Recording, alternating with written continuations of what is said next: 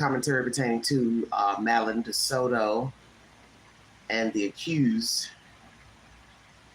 of the said crime against this child. We're going to go to Tempe, Arizona with a very bizarre story at Wells Fargo. Thank you for joining me. If you'd like to donate to this great network, $sign the Ganji, 129 Cash App.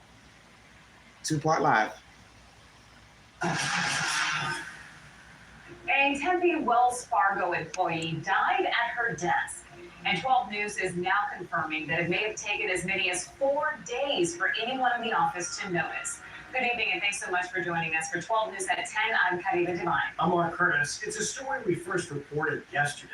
Tonight, Tempe police are confirming the timeline of when the woman clocked in to when her colleagues found the body. 12 News journalist Gabriella Becerra is in the studio with new details. Hey, Skylar. Gabby, 4 days. I mean, this poor woman went 4 days undiscovered. It's hard to believe. And that's a question many employees are asking themselves tonight. I spoke with an employee who said that she shared her perspective on the workplace environment, and they say it's a big building, but most people don't work there on a daily basis. A Wells Fargo employee went to work the morning of Friday, August 16th, and never went home. Tempe police tell 12 News 60-year-old Denise Prudhomme scanned into work at 7 o'clock in the morning. 4 days later, police responded to the office building near Washington Street and Priest Drive for reports of a subject down. Prudhomme was declared dead. The Tempe Police Criminal Investigation Bureau is investigating, but do not suspect foul play. A Wells Fargo employee exclusively spoke with 12 News, but asked not to be recorded or identified out of fear for their job. They say a colleague found Prudhomme dead at her desk in a cubicle while walking around the building on Tuesday, August 20th. Prudhomme's cubicle was reportedly on the 3rd floor and away from the main aisle. This employee says several people had smelled a foul odor, but passed it off as faulty plumbing. They say while most Wells Fargo employees at this Tempe location work remote, the building has 24/7 security, and someone should have found Prudhomme sooner. The incident left several employees feeling scared and uneasy. This employee wants to see new safety protocols in place, telling me, quote, "It's negligence in some part." A different worker also spoke with 12 News anonymously. It was just uncomfortable. Again, calling on the Hello, company everybody. to do more. Body was there about 4 days before anybody found it, before anybody walked up to her just to say hi, make sure she's okay. She was just laying on her desk. A Wells Fargo spokesperson previously sent 12 News a statement saying, in part, "We are deeply saddened by the tragic loss of our colleague at our Tempe office," adding counselors through our employee assistance consulting service are available to support employees. An employee tells me their direct management offered those services, addressed the incident, and told workers the building was thoroughly cleaned.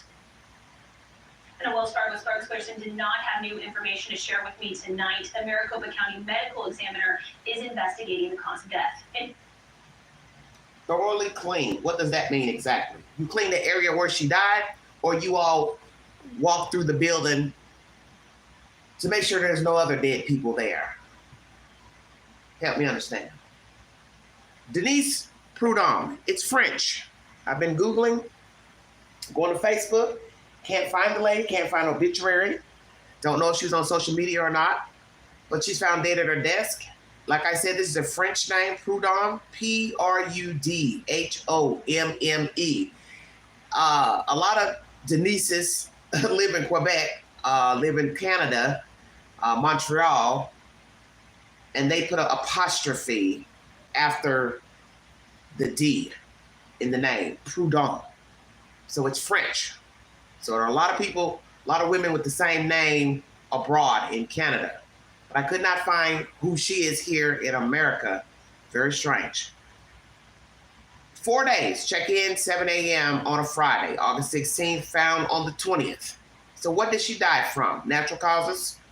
Has she been sick? Did she have any health problems? Was she sick the morning she went into work? We hear that it's a big building. Her cubicle was not near the main floor, but people smelled a foul odor. So what floor did they find that they smelled the odor on? Because I'd like to see the layout of the floor, who was working on that same floor, because what's going to be weird and crazy is if somebody was on the same floor but they just weren't near her cubicle. Maybe her cubicle was to the back. I don't know, because I don't know how it was set up. It just says her cubicle wasn't near the aisle. So I guess it's in the back. And it is a nice sized building in Tempe, Arizona. Most of the people working remotely from home. So what was her position at the job? What was her workday like? When was she supposed to check out of work? When was she supposed to return? How long has she been working at the site and also from home? Lots of questions. What was her job title? What was her position? How long has she worked for Wells Fargo? What the hell is going on that somebody is smelling death in the building and nobody is walking through to say, let's get to the bottom of the smell? This is ridiculous to me. This is ridiculous to me. That there's a dead person lying at their desk and people are smelling something foul, just assuming it's plumbing. Well, last I checked, death doesn't smell like plumbing.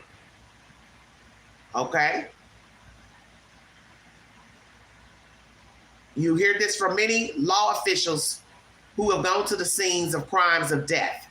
It is a very unique smell. And I must say, I have had the opportunity to smell death through a door in an apartment building I lived in years ago. And I didn't smell it as soon as I come off the elevator, but I walked near the door and then I could smell it through the door where the person had been deceased. And trust me, it has its own unique smell. So imagine they're in the building with open cubicles. So that's not the same as the person is dead behind a door. This is ridiculous to me. Did she have children? Was she married? What time did they find her? On the 20th of August. Who found her? How many people are working at the building at a given time? Probably don't know if they're coming and going. Because allegedly, some of the people are working remotely. So that means they're working from home. So we need to get a number. How many people were actually working on the 16th? That was a Friday. More than likely, nobody would be in the cubicles Saturday and Sunday. Don't really know. This is a tragic story. To me, this story is just as jacked up as the black lady that was found at the Dillard's, was it Dillard's? Dillard's or Profits department store in South Carolina in the damn bathroom dead. She was a janitor. And nobody found her dead until days later. This is stupid to me.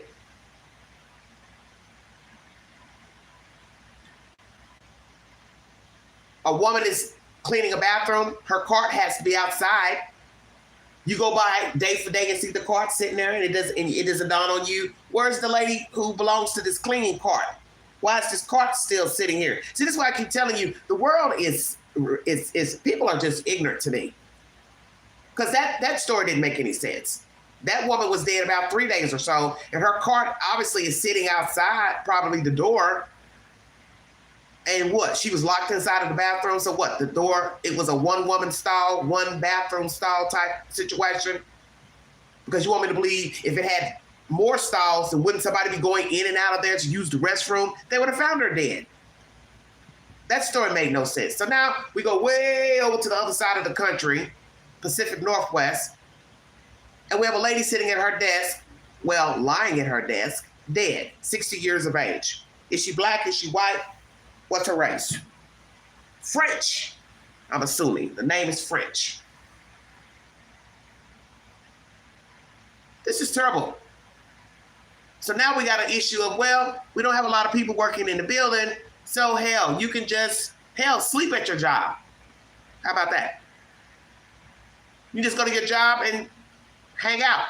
Nobody's gonna say anything, there's nobody in the building. You have a party, slumber party. Excuse the mild humor. I'm just saying. There's nobody. Camp out at my job. There's nobody here to say anything to me. Very baffling story. Prayers to the family of Miss Prudhomme. I don't understand anything about this story. 4 days in a building, dead, lying at your desk, and nobody notices anything for 4 days. And I'd like to know who's the person that found her. 2 people have spoken that work there. They don't want to be revealed, naturally, has to preserve their job. But this is baffling. They also claimed that this was a scary situation because they work for this company. So what they're thinking to themselves is, well, obviously nobody cares about us. Nobody's walking through the building to see who's still here, who's left. So that means you're not even doing a security check of the building. Now, I'm sure she probably had to use some type of code or card to get into the building, but still, you still need to make sure that everybody is leaving the building. Everything's okay in the building. So if we've got this type of situation of a dead person at their desk, anything could be happening in this building. As I just said, people could be there hanging out, camping out, moving in with their belongings. Nobody would know. Nobody would care. You're dead. You're sick. You're passed out, getting high, using drugs, having sex, sexual assault. Hey, stop me. Why not? Nobody's walking around. Nobody's checking. Bad story. Let's go to Florida. I've not covered this case, but it piqued my interest today with this court TV segment pertaining to Madelaine Soto. I'm going to give everybody the business today because I am tired of these stories. I'm tired of these children's stories. I am just tired. I got a notification today from the FBI issuing a statement of not doing due diligence to investigate child assault cases. I'll bring you that data later, at a later date. Why not? You're the FBI. This case is baffling to me. I'm going to play you two different audios. Court TV, then Law and Crime Network. Second commentary is going to come from his parents, and I don't understand them either. Of course, they say they believe the mother, Jennifer, is partially to blame. I do agree. She is partially to blame, okay? I do believe this woman had knowledge this man was doing something with her child. I don't care that they haven't arrested her. I don't know why they haven't. She may not be culpable for murder if you don't have evidence to say that she did, but she knew something was going on with this man because her behavior is asinine to me. And we're going to get into that during the commentary. Thank you for joining me. Welcome to the Vault XL.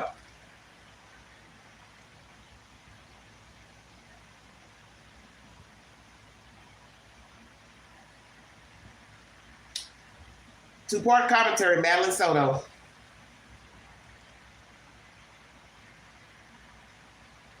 Let's hear from Orange County Sheriff's Department.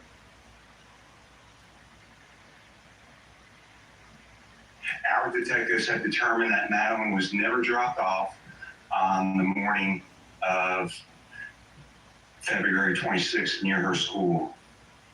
Instead, we believe she was already dead at the time, and that Second Stearns moved her body in the early morning hours on that day. Now for what's tipping the scales, there are some brand new developments in the death of 13-year-old Madelaine Soto. Investigators now revealing she was strangled to death. Her body found in a wooded area back in March, just days after she was reported missing. Court TV has been pouring through those newly released documents that also indicate that the 13-year-old's body showed signs of decomposition on one side of her face and on her hands. Now, Stephen Stearns, her mom's boyfriend, has been accused of murdering Madelaine. He's also accused of a slew of sex crimes charges pertaining to Madelaine after investigators said they discovered thousands of disturbing pictures and videos collected from his cell phone. Now, Stearns has maintained his innocence, pleading not guilty to all of the charges. Here to break it all down, let me welcome back in criminal defense and civil rights attorney Casey Early, and want to welcome in Court TV digital producer Lauren Silver. Lauren, I want to start with you, please, as you have been really pouring through these documents. Would you walk us through some of the biggest takeaways that you had in going through these and the questions that we've been really waiting for quite some time to get answers to? Sure, thank you for having me.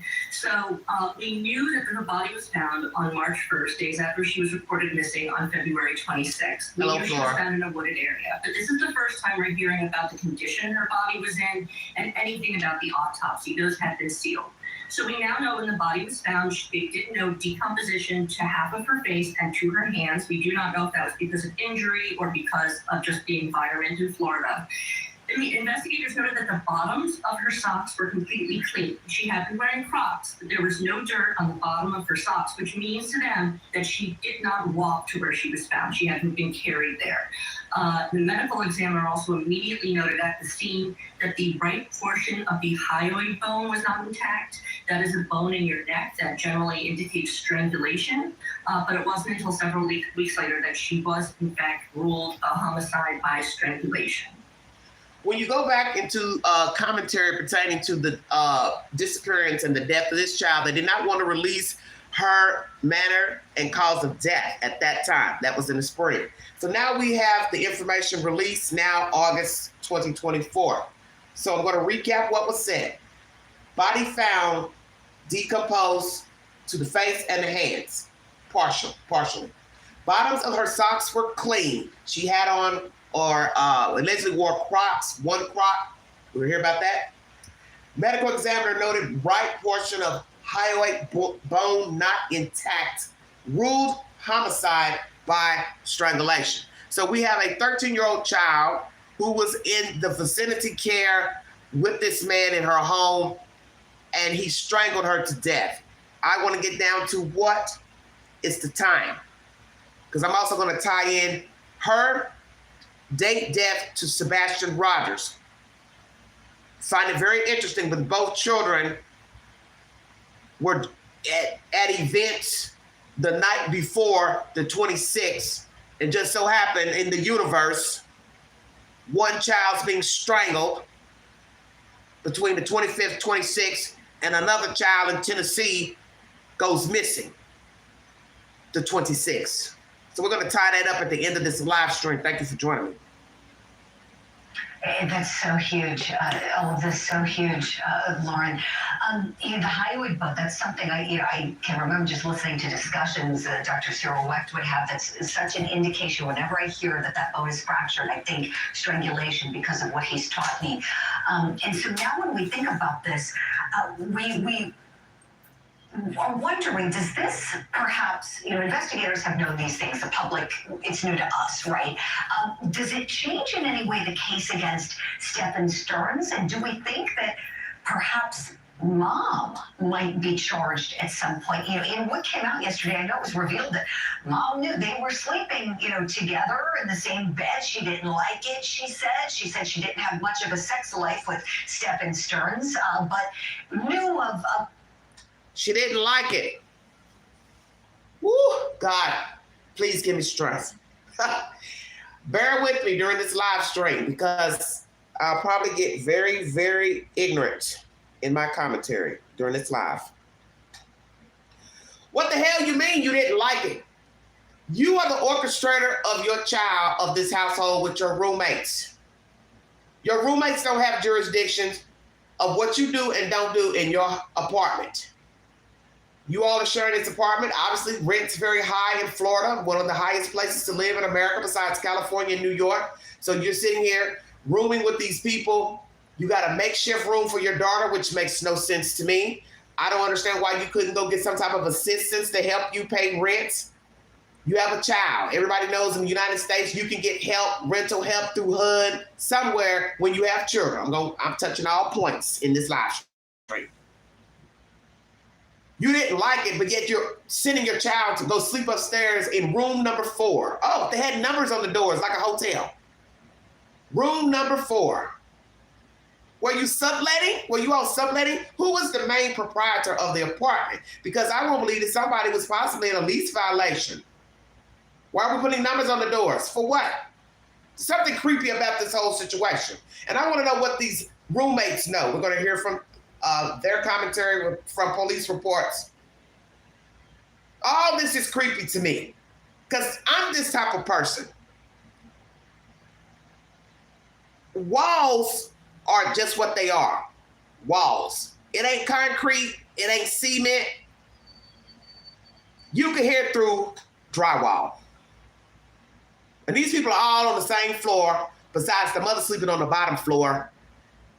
You all are hearing stuff. And we have learned that this man has been touching this child inappropriately and engaging in sexual acts with her from the age of 8. So we're talking about 5 years, at least 5 years of him meddling with a child. Is there somebody listening to what the Queen is saying? 5 years. Wasn't living in the house with the mother at the time, but came into town. I find that interesting. Why weren't they living together? Yeah, I'm touching all points. She's going to tell us about the sex life, what he liked to do to her, the type of sex he liked, she didn't like. Oh, I didn't want my child going up there. Are you only saying that after the fact of when they told you what they found on his phone? Ding, ding, ding. Now we got to say, well, I didn't sleep with him. Well, we didn't have sex. We ain't had sex in 6 months. I didn't want him sleeping in a room. But you sent him up there. So this is what I'm trying to say. How many times was she going up there sleeping with the man? Because Jennifer's going to downplay it like, well, it ain't that many times I can count under 2 hands. Well, if it's 7 times, it's 7 times too many. If it's 8 times, it's 8 times too many. Your child doesn't have any business sleeping in a bed with a man, period. Let me say that again. I don't give a damn who the man is. I really wouldn't trust a girl child of that age sleeping with her own father. That's just Queen. When a child gets to a certain age, grown men should not be sleeping in the beds with them. That's just my take on it. Everybody rocks differently. But it doesn't look right. So it don't matter if it's daddy, uncle, brothers. No, hell no. I think she knows more than what she's alluding to. And I don't give a fuck what the police say they got. I don't believe it.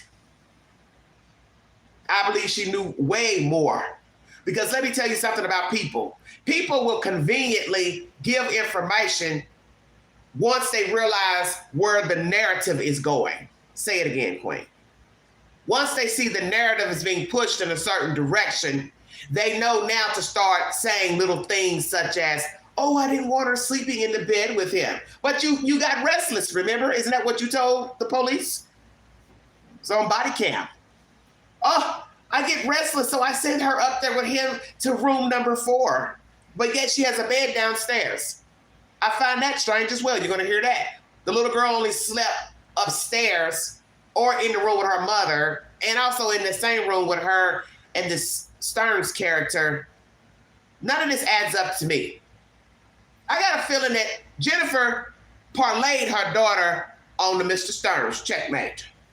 Because we have heard of these type of people who realize there's hanky-panky going on, so they just ride the ride and just say, the hell with it. I'll go on and let him have my daughter. I've caught him. I know he's touching her, having sex with her. I'll just let her go on. But I believe there was a breaking point, the 25th, 26th, because why on this certain day in life he would decide to strangle a 13-year-old girl when you've been touching her for 5 years? Come on with it, Queen, because I'm woke.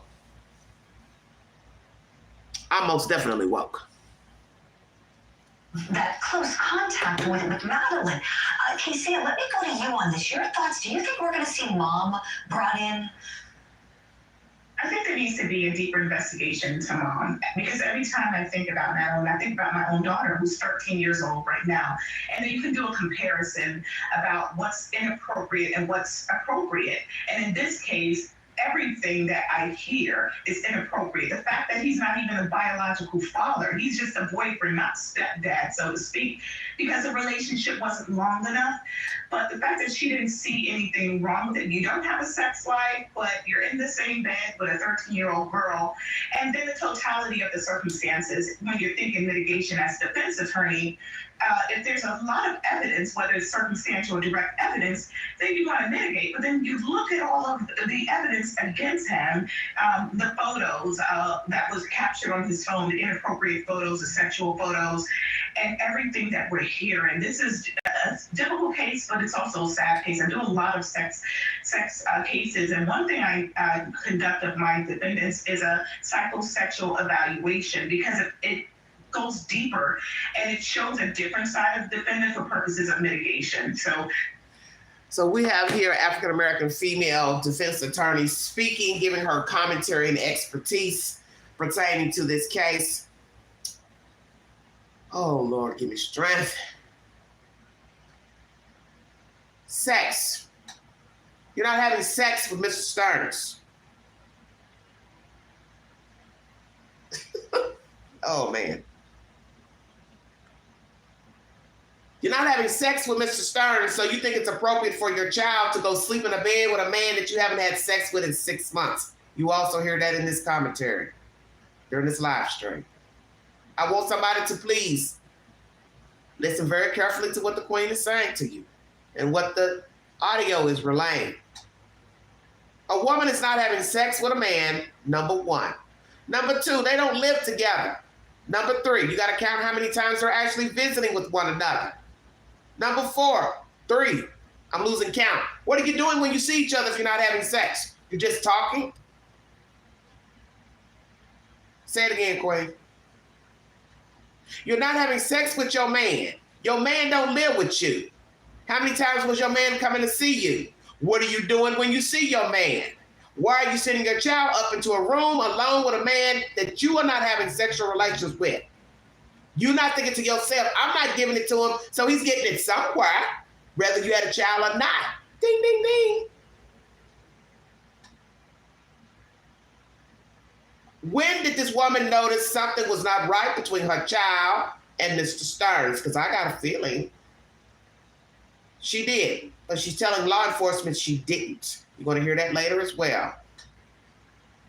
Didn't have a clue. Did you? Because as I said, when you realize the narrative is going in a certain direction, it's easy to then dump it all on Mr. Stearns, which he is, I do believe, the blame. But I also believe that, Miss Jennifer, you are partially to blame because I believe you were aiding your child as a sex toy victim for Mr. Stearns. Because there comes a time in life when we get a discerning spirit that something is not right. Now, you looked a little green and a little off in these body cams, possibly because you're, shocked that your child is missing. You didn't know where your child was. You played that you were asleep while everybody's getting ready that morning. But there's still a feeling inside of me that says you knew something wasn't right with your child and this man. So what I'd like to know is, did this little girl ever tell her mother that he was touching her inappropriately? And the fact that this man liked anal sex, I already know better. Did you ever notice your child having something wrong with her private parts? Because one, we don't know the size of his private parts, and I'm not trying to be derogatory, but I have to go there because it's just common sense. Depending on the size of the man, you want me to believe you wouldn't have noticed something wrong with your child vaginally, anally. She's not telling you that something's wrong. I'll let that sit right there. Was she going to the doctor regularly to get checkups? You have to get checkups for schools, medical exams. Are these doctors, nurses not checking children's private parts? Because you should. No more just taking the temperature, checking the elbow. You need to be checking all cavities to make sure there has been no penetration by another child and or an adult. Because it's not going to help if the children don't tell anybody somebody's touching them and you're just going to the doctor getting your underarms checked and your throat checked. No, you need to be checking parts. So did the little girl ever tell her mother he was touching her? Has the child ever been touched by somebody else? Has the child been touched by Jennifer Soto? Checkmate. Hot damn. Are we talking about 3 people having sexual relations with one another? Because it's not unheard of. We do have women who have had sex with their children, who have fondled their children. We have also had women to give their children to men. So I'm going to ask you, Jennifer Soto, were you having sexual relations with your daughter alongside Mr. Stearns? Of course, law enforcement would need to investigate mom further because there's some things that were inappropriate that mom should have known better. You're right, Casey. Mom should have known better. Lauren, let me go back to you. Tell us a little bit about some other details that you were able to glean from those documents you were reading yesterday. Brief intermission. Exactly. He wasn't there for the mother. That's why the mother should have known something wasn't right. Because she probably has always known. Well, every time we get a new document, we seem to get more information about what police have been given by Jennifer Soto, her descriptions of her relationship with Stefan, and Stefan's relationship with Madelaine. We did know they sort of had an on-again, off-again relationship. In the most recent interviews, she told them that they broke up because he was, quote, a messy person. And Jennifer told police that they rarely, if ever, had sex. She described it as vanilla if they did. Let's go right there. Let's break that up. He was a messy person. What does that mean, Jennifer? He's a slob. He doesn't clean up after himself. So you're living in a house with other women, with your daughter, and he's coming over, and he's a slob. He's messy, yet you still are allowing him to come into your house. So we've got a messy guy, and now he also wants to perform anal sex, and you're not with it. Your choice. Well, when do you say, I'm done with this? So he's nasty. Some will say, well, anal sex is nasty. You're entitled to your opinion. Did he want sex often? All the time, all day when he was visiting? Possibly so. And then we also have to go into the belly of the beast with Mr. Stearns, because child molesters usually have been molested by someone themselves. So who touched Mr. Stearns as a child? Now, when you look at the photographs and video of his mother and father, they seem like well-kept Caucasian people. So we're going to look at them and say, what have you been doing with Mr. Stearns as a child for him to grow up to be a child molester? Checkmate. Somebody was probably touching Mr. Stearns, because that's usually where this behavior comes from. Children become sadists. Because if they don't tell anybody that somebody's touching them, they grow up thinking it's okay, or they become conditioned to touch other children.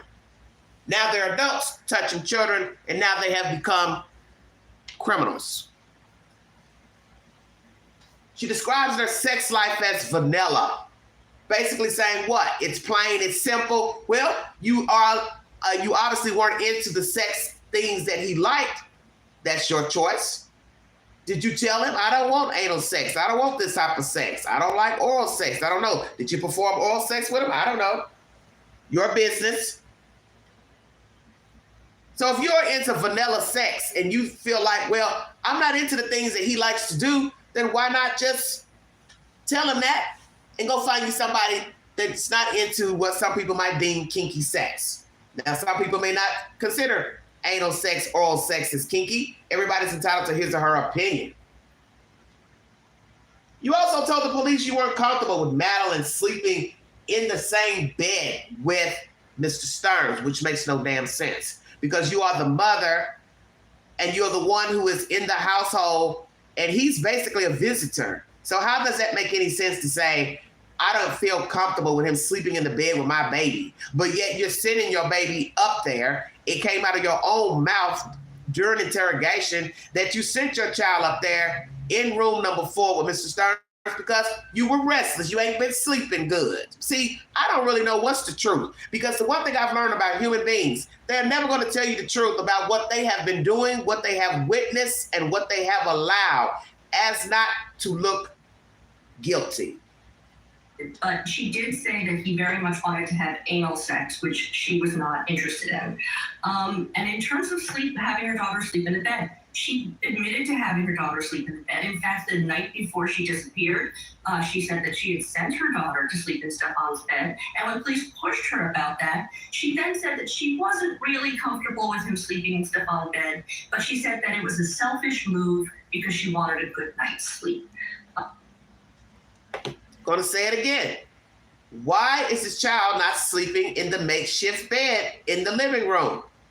Why did she not have her own room? Why is she sleeping in the bed with you, Miss Jennifer? She's too old. Still be sleeping in the bed with her mother. That's my opinion.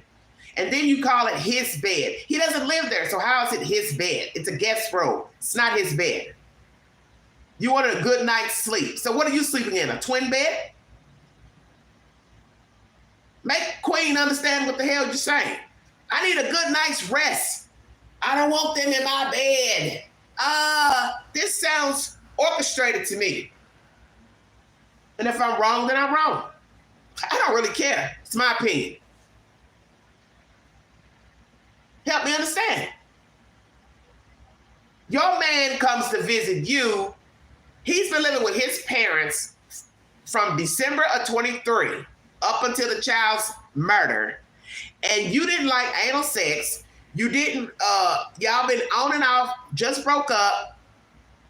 He ain't living where you living. Everybody pay attention now, because the writing's on the wall. Y'all ain't even getting along. Now you telling the police he messy. This sounds like a fishing expedition. You're just throwing out stuff to cover up. You've had knowledge that this man's been messing with your child. Because what am I supposed to believe? You're living in this house, sleeping in what, a twin fucking bed in your bedroom? What was it? A twin bed, full, queen, or king? Because you can't tell me if it was a king-size bed, you couldn't sleep comfortable with 3 people in a king-size bed. That's bullshit. It's bullshit. And even with a queen bed, 3 people is pushing it. Even though you all both are petite, he's a taller guy, I still wouldn't recommend it, period. Hello. We're not talking about a mother sleeping with 2 of her children in a queen bed, full bed. We're talking about 2 little women and one, a woman, a child, and a grown-ass man. You're contradicting yourself. I don't like this kind of sex. I don't like this. Oh, I couldn't get no sleep. Oh, I sent them up there to sleep in room number 4. That don't even make no sense to me. Why the fuck am I going to send my 13-year-old up in a room with a grown-ass man who I know I ain't been having no sex with, ain't been doing nothing with? That don't make no sense. And it don't make no sense even if you two were having sex all the time. You don't have no business sending your child no damn where to sleep with no grown-ass man. And he ain't had no business sleeping in the bed with you. Whether you two were having sex or not, all 3 of you in the bed together is crazy. You and your daughter sleeping together, I don't recommend it either. She's too old for that. And you should have made your child sleep in her own fucking bed. This is why I'm wondering if it's more to this story with Jennifer. I do believe Jennifer's codependent. And the one thing we've learned about people who are codependent, sometimes their mind ain't right.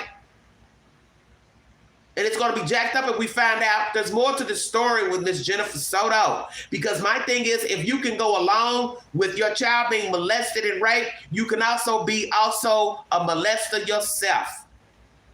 Why not? Why not? He likes her anyway. Y'all going up there. Because I think that's what was going on. He's been showing your daughter more attention than you, and you knew this, and you saw this, and you witnessed this, and you allowed this, and you all were not getting along. You call him a slob.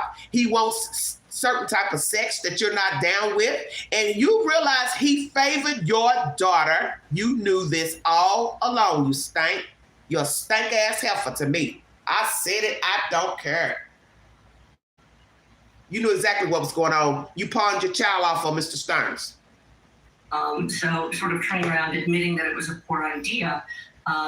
She also, in later interviews, described Stefan as a, quote, master liar and a master manipulator, but didn't go into any details about why she may be saying that. I would be very curious about what in their relationship made her say that. So she told the police he's a master manipulator and a liar. When did she tell police this? Was it after they showed her the photographs or mentioned to her the photographs on his phone of pornography with her child and other children, or she told them this beforehand? When did she make the statement that he's a liar and a manipulator? You're also going to hear in this commentary that I do believe this is when she formed her opinion about him after they told her about the pornography on his phone. He also had over 3,000 images on his phone of other child sex acts with adults. He's a sadist. And he was a sadist before he met them. So this is why I always say you have to go back in time when you're dealing with a child molester. More than likely, the child molester was molested as a child. That's where they get the habits, the desire to be with children. It's from childhood. More than likely, Mr. Stearns was molested. And if he was molested, who was his child molester? He's a liar and a manipulator. I still have a problem with law enforcement not charging her with child neglect, gross child neglect. You may not have proof that she murdered her child, but she should be charged with child neglect because she has willingly admitted to sending her child in a room with a grown man, and then later the child turns up missing and then found dead. And you also have admitted to them sleeping in the same bed at least less than 10 times. So therefore, you are a culprit as well. You are aiding a sadist to be with your child. Rather you say, I never knew that they were doing anything. I never saw anything nefarious. You're still aiding a perpetrator to be in close proximity to your child. It's one thing to have him around her in life, but sleeping in the same bed makes no logical sense. Oh, wow. Lauren, this is sickening. So let's back up a second. Casey, mom tells police that she wanted to get a good night's sleep. And we remember Madelaine had a birthday party. So she sends her daughter in to sleep with her boyfriend so she can sleep alone and have a good snooze. Your reaction to that? Red flag, red flag, red flag. Exactly. This is why mom needs to be investigated further. Exactly. That makes absolutely no sense whatsoever. You want a good night's sleep, so you put the priorities of you over your child. Parents are nurturing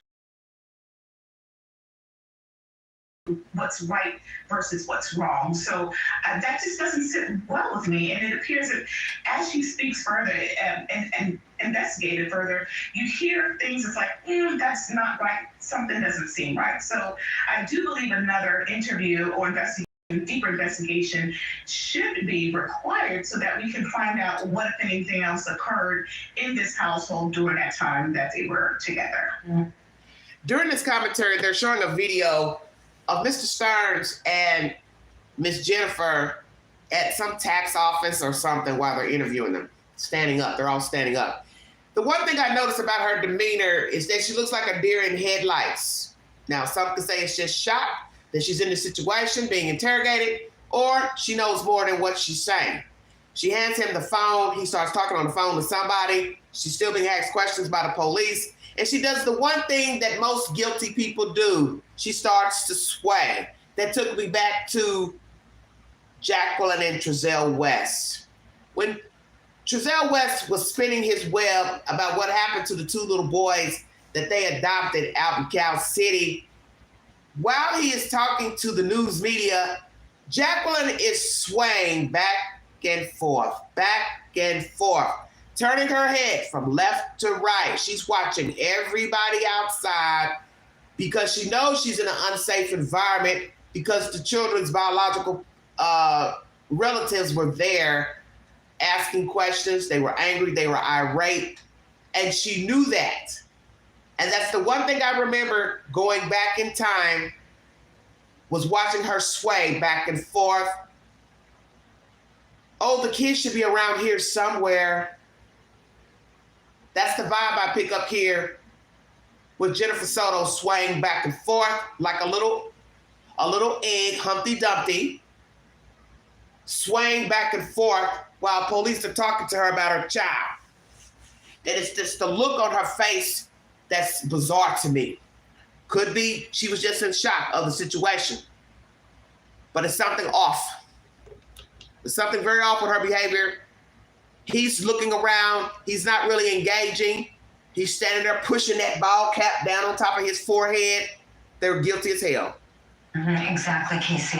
Lauren, back to you, please. There was a reference to an anesthetic that was found in the searching of Stephen Stearns' electronics.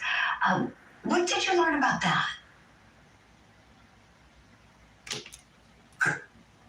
Brief intermission.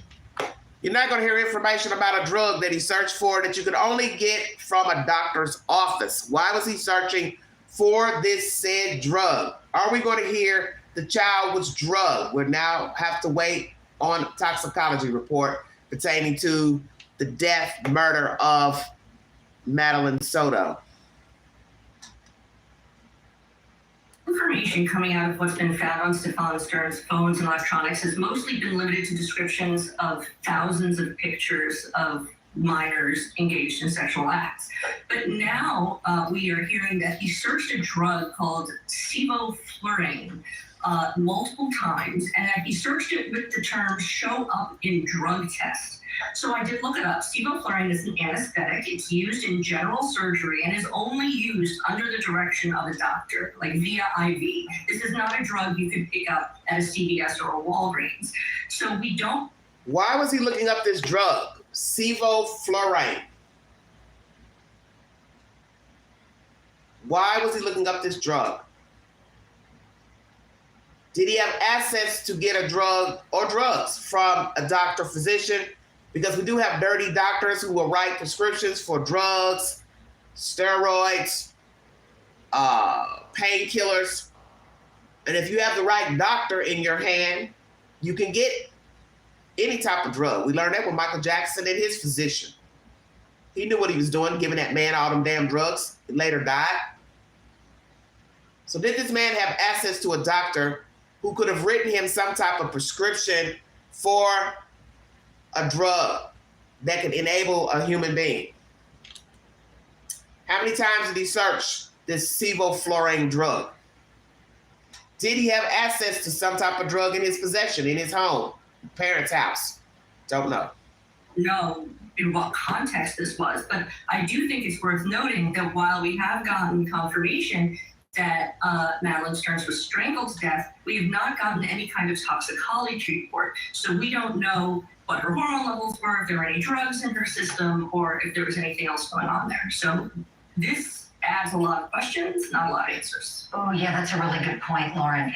And I remember hearing that these reports would be under seal, her cause of death would be under seal for some time in Florida, something that had to do with the fact that this might have occurred in the context of a domestic situation. Casey, if you know, can you shed a little bit of light on why now may we be seeing these documents unsealed in Florida on this one when we thought we wouldn't ever get to see them anytime soon? Well, it depends, especially with sexual cases, whether you're dealing with sexual battery with minors or sexual battery with victims who are over the age of 18 but intoxicated or heavily induced by drugs. Priority is protecting the identity of the alleged victim in this case, but also protecting the integrity of the investigation, especially if it's ongoing. And then, obviously, once you get to the discovery phase and the investigation is complete, some of these documents are made available. So it depends on the status of the case, but oftentimes with sexual cases, they're usually under seal for those reasons. For identity purposes. Casey, thank you for that. So now we wait to see if Jennifer Soto is going to be charged. Lauren Silver, has Jennifer Soto said anything publicly since the document dropped yesterday? She has not said anything public. She notes in the interviews with police that she has been hiding, that she is not going out of the house. She is staying with family. She is scared. And police do note after every interview that they do believe she did not acknowledge any of this. Appreciate it. This has been such a great discussion with you both. Lauren Silver, Casey Early, thank you both so much. Court TV is the source of this information. That she has been hiding out, so that means she's not working anywhere. So how are you going to live and you don't work, Jennifer? At buffering. Who is she living with? What do the roommates have to say? Did they learn or see or witness anything nefarious between Mr. Stearns and the girl child? Did they learn, hear, and see anything nefarious between all three participants in the house? And what are we going to learn about them? Because I thought about that as well. Who are these people that she was living with in this house? Are they on the up and up? Do any of them have any criminal backgrounds? Do any of them have any odd sexual behaviors? Because, You don't leave a stone unturned when you're talking about child abuse, child molestation. You have to know everybody involved. So I need to know more about Jennifer Soto, Mr. Stearns, who else has been in that child's life coming and going, such as other men the mother has dated, other children, people who frequent the house. See, it goes deeper than just what you found on Mr. Stearns' phone.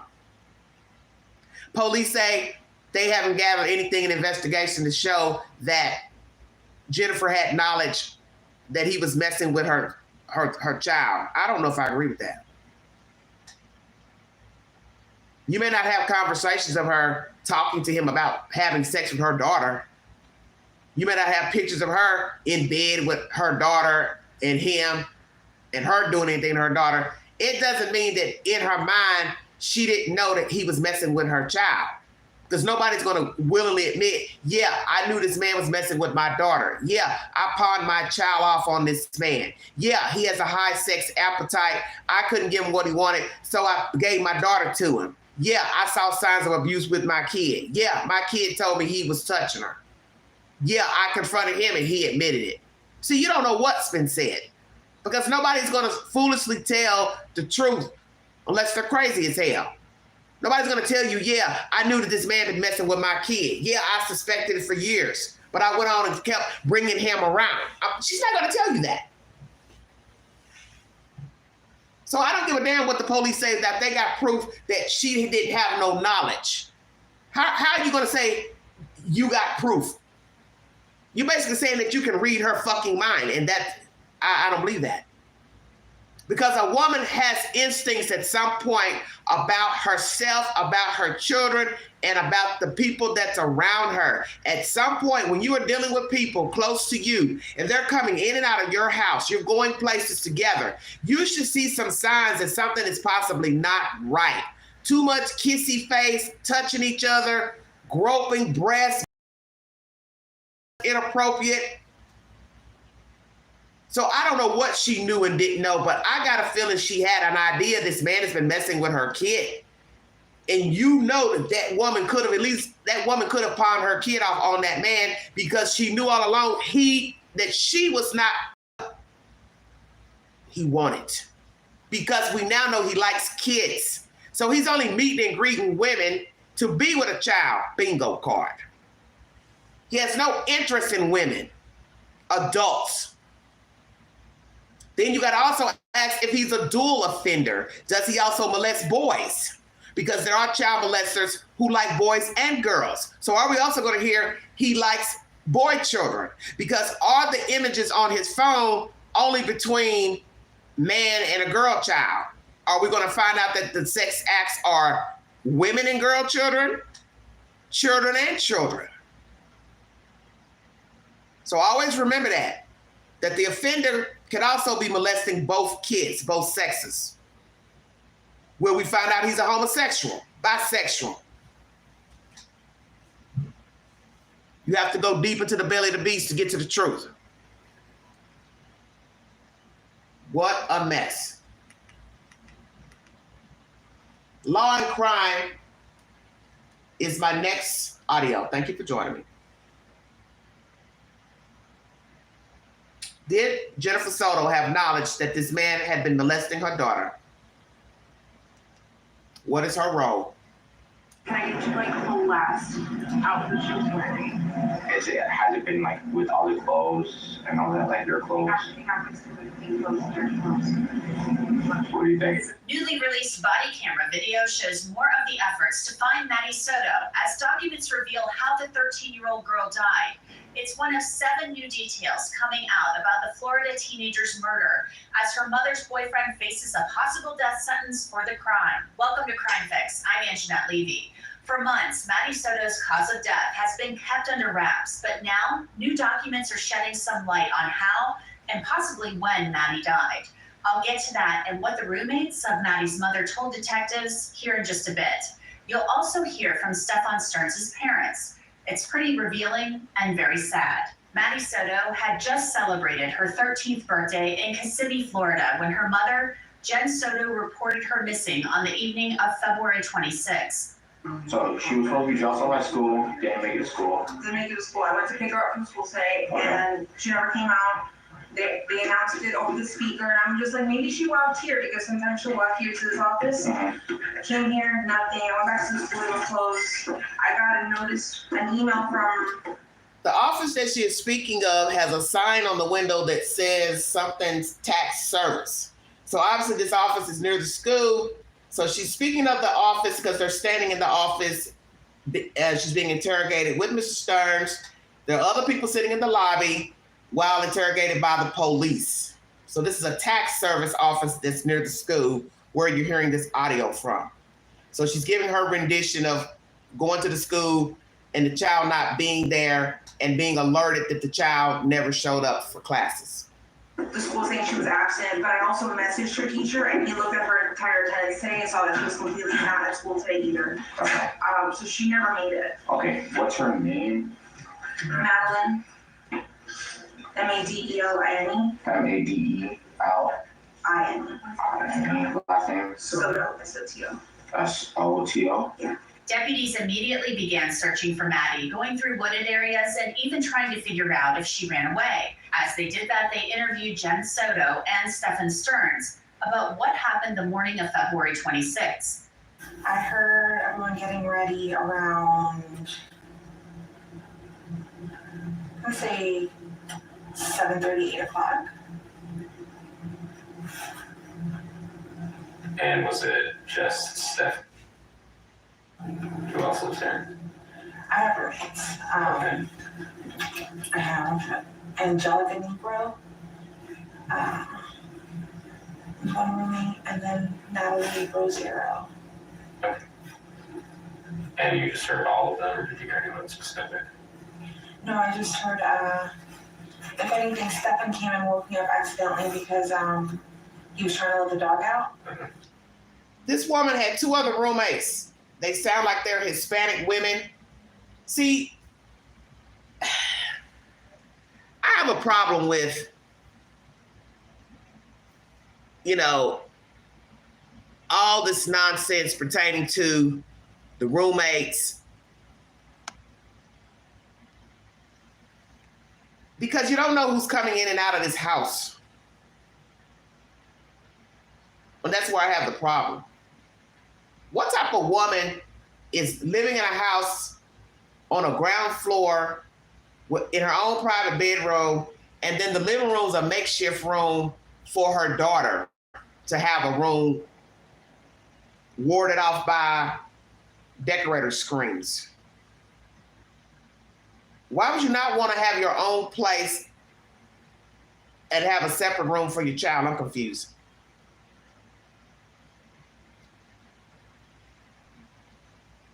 Jennifer, do you have any ideas? Why do you not have your own house, your own apartment? You have a 13-year-old daughter and you're rooming with other people in a house.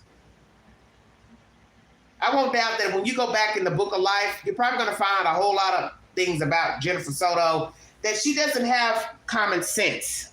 She's one of those women who's very green, very gullible, or she's the type, she willingly goes along with bullshit because she don't care. Take your pick.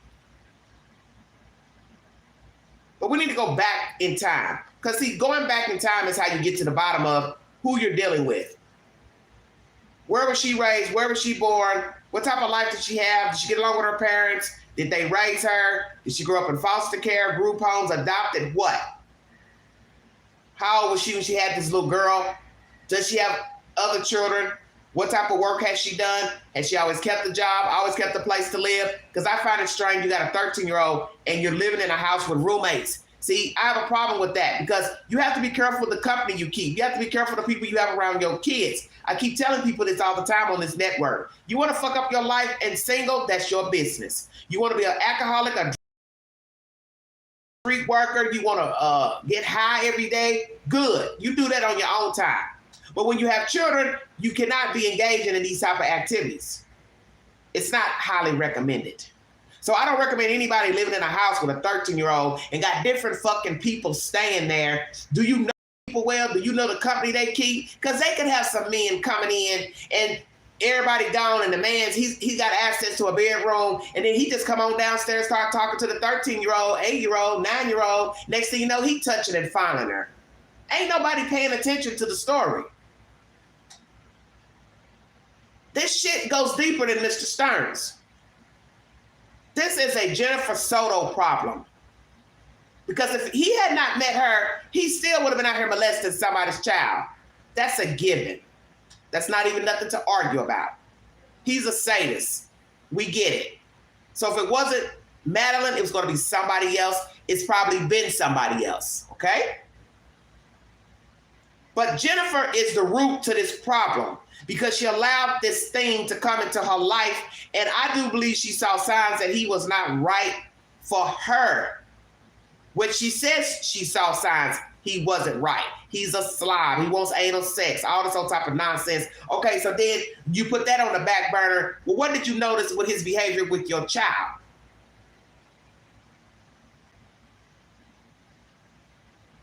What did you notice not right with your child and Mr. Stearns? And the dog gets really nervous sometimes. So I was trying to help him with that, getting on this leash. But he got him situated and took him for a Let's walk. go back to that, about this dog. Hold on. 0. And you just heard all of them, or did you hear anyone specific? No, I just heard, if anything, Stefan came and woke me up accidentally because he was trying to let the dog out. And the dog gets really nervous sometimes. So I was trying to help him with that, getting him on this leash. But they're not talking about the morning of the child's disappearance. He returned back to the house and he woke her up accidentally, allegedly, and she didn't want him, some mess about a dog getting nervous. He came to let the dog out. So she's now up and helping him get the dog ready to go out to pee, use the restroom. All this sounds like bullshit to me. So I want you all to hear what I'm saying to you. You wake up because he's now trying to get a dog out of your room. But your daughter wasn't good enough to sleep in that same room. Bingo card. I'm not no dummy. Say it again, Queen, because somebody didn't hear you. The dog gets nervous. I don't want the dog peeing in the room or on the bed. So I'm going to help Mr. Stearns get the dog prepared to go out. But yet my daughter and my man can't sleep in that same room because I'm restless. I'll let that sit right there.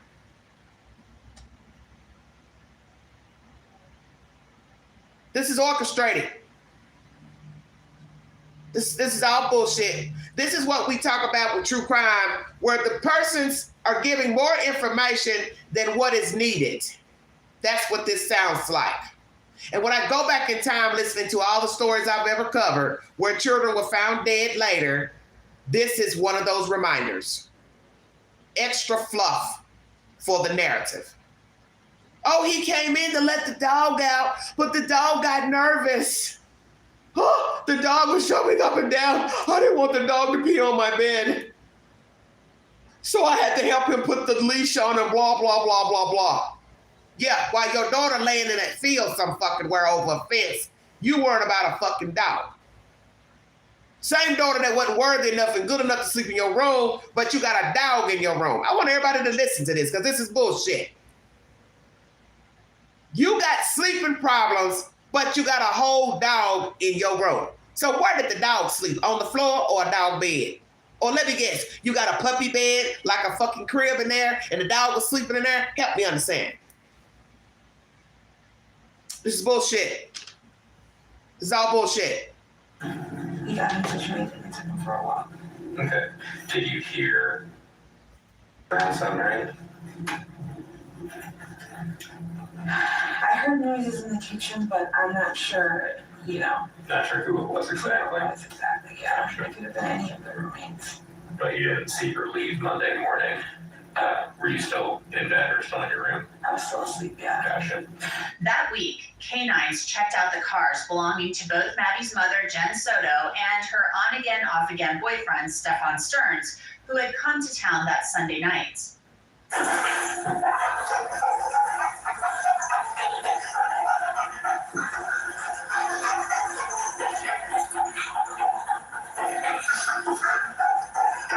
The dog is hitting on her car at the back passenger door. Jen Soto's car, but it's really not clear why. This was a cadaver dog, but detectives had said Stearns had Maddie's body in his car. Why would the dog be hitting on the back passenger door of her car? She has a white four-door Nissan Sentra. That is a cadaver dog. The dog goes all the way around the car and then stops at that back door and barks. Jennifer, you have any ideas?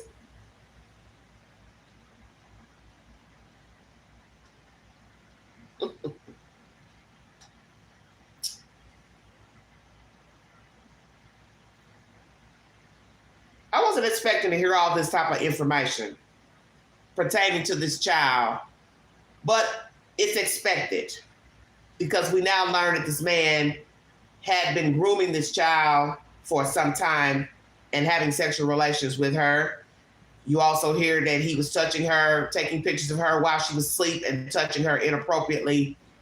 And obviously he's taking pictures and filming himself doing this, which means he's a very dirty motherfucker. And I have no respect for anybody who is out here sleeping with children, messing with children, because you don't have any reason to be fantasizing about children, desiring children. For what? The world is filled with adults. So what you have to ask yourself is the obvious. And I don't mean to be derogatory, but if he can't have the type of sex he wants with Jennifer, then he would go do it with her child. That's why I'm saying, you want me to believe this woman ain't noticed nothing wrong with her child's body parts. The little girl ain't complaining of pain in her rectum or her vagina. Come on now. You ain't noticing blood in her underwear. Ain't you been washing her clothes for the past couple of years? You're also going to hear about that too, him washing clothes in the apartment per the roommates. Jennifer Soto told detectives she last saw Maddie on the evening of Sunday, February 25th, after she came home from work and after Maddie's birthday party. So you last saw her Sunday night, about what time?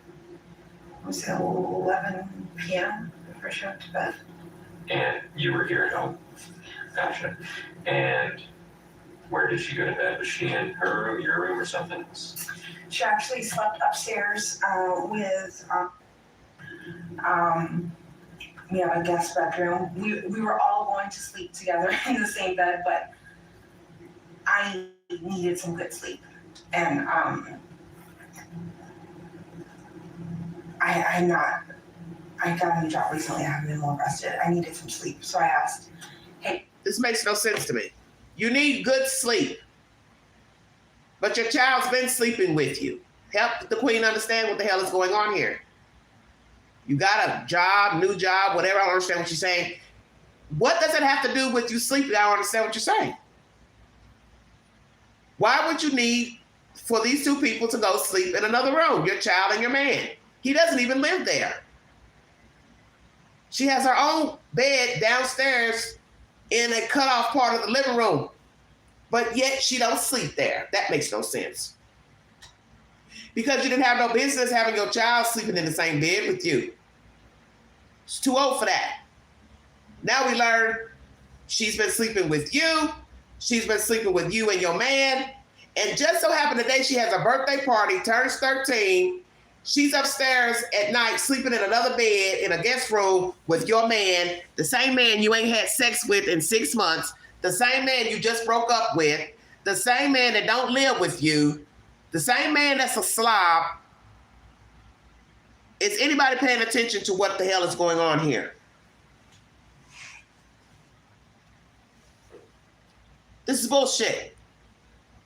Why is this child dead right after her birthday? Why did he come to town? Santa Claus is coming to town. Stay woke.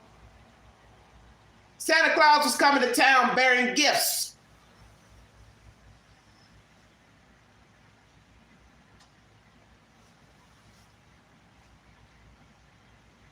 You're welcome, dear. Santa Claus was coming to town to bear gifts, February 25th. You don't find that strange? He shows up the day of the child's birthday? You don't find it strange she dies right after her birthday? So what you have to ask yourself is, when did the child lose her life? Was she murdered in the house on the 25th that Sunday or into the 26th that Monday morning? Because now you got to ask yourself, did the child walk out of the house? You're going to hear a timestamp of her phone movements. About a 10-minute window of her phone moving up and down the stairs. What you have to ask yourself, if that's indeed Madelaine Soto moving with her phone. Because you're later going to hear he came back to the house to get his and her phone, which I believe was a ruse. He was getting rid of stuff and throwing stuff out. Now, for the part of the story that you're probably not going to like, besides the nasty stuff you've already heard. Was the child dead by 7 a.m., 7:30? Did he dress a dead child? Checkmate. That's why her socks were clean. Make it make sense. Now you have to ask yourself, if she was dead while in the house, how did he get her out?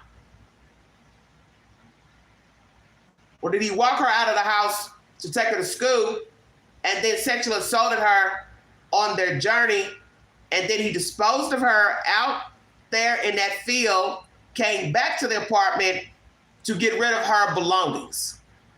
And where he fucked up is he got rid of her belongings in the apartment's garbage can. Who does that? You don't want the trail to lead back to the apartment to lead to you. Why would you dump her things in a fucking apartment garbage can? This is a fool. So some will wonder if this was a, spur of the moment type attack. Why you strangle her? You're gonna hear his conversation with his parents in jail. Like there was a lead off to her being strangled. So what are you trying to say? It's her fault that she got strangled? How do you accidentally strangle a 13-year-old? How do you accidentally strangle a grown-up? Please help me understand.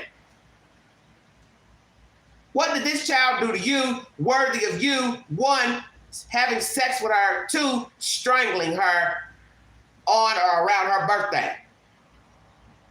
Can you guys go to the guest bedroom upstairs?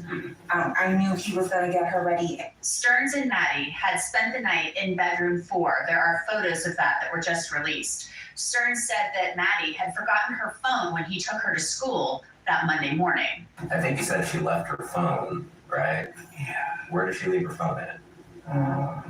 She left it in her room. She's ADHD, so am I for that. She left her phone too, huh? Yeah. And Stearns would actually say that he and Did you hear the cops say, oh, you too? So both of them left their phones that morning in the same room where they had been sleeping together. So you were doing a lot of running around that morning, were you not, Mr. Stearns? Down the stairs, out the house, to the school that she never showed up to. And then you come back to the apartment to allegedly pick up a phone for a child that's already dead. Help me understand. Because I'm woke.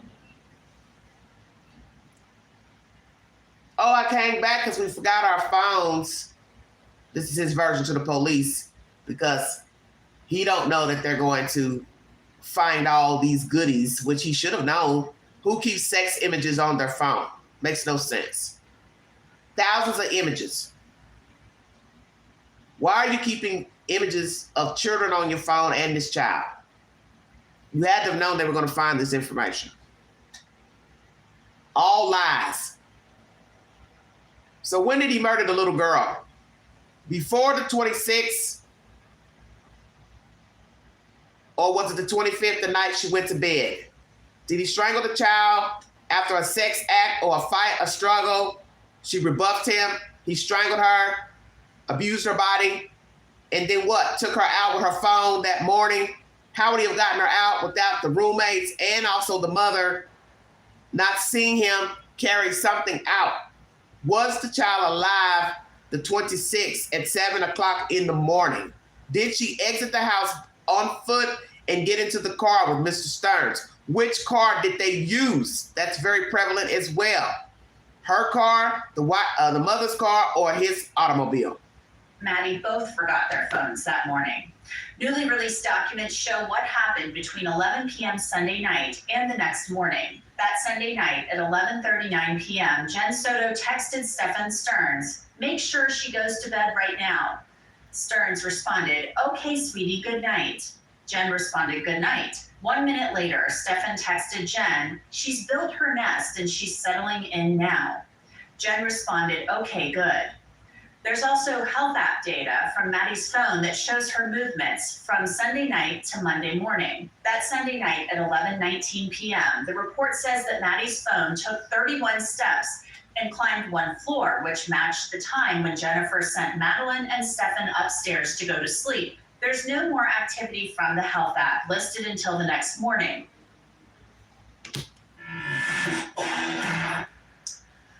Very interesting.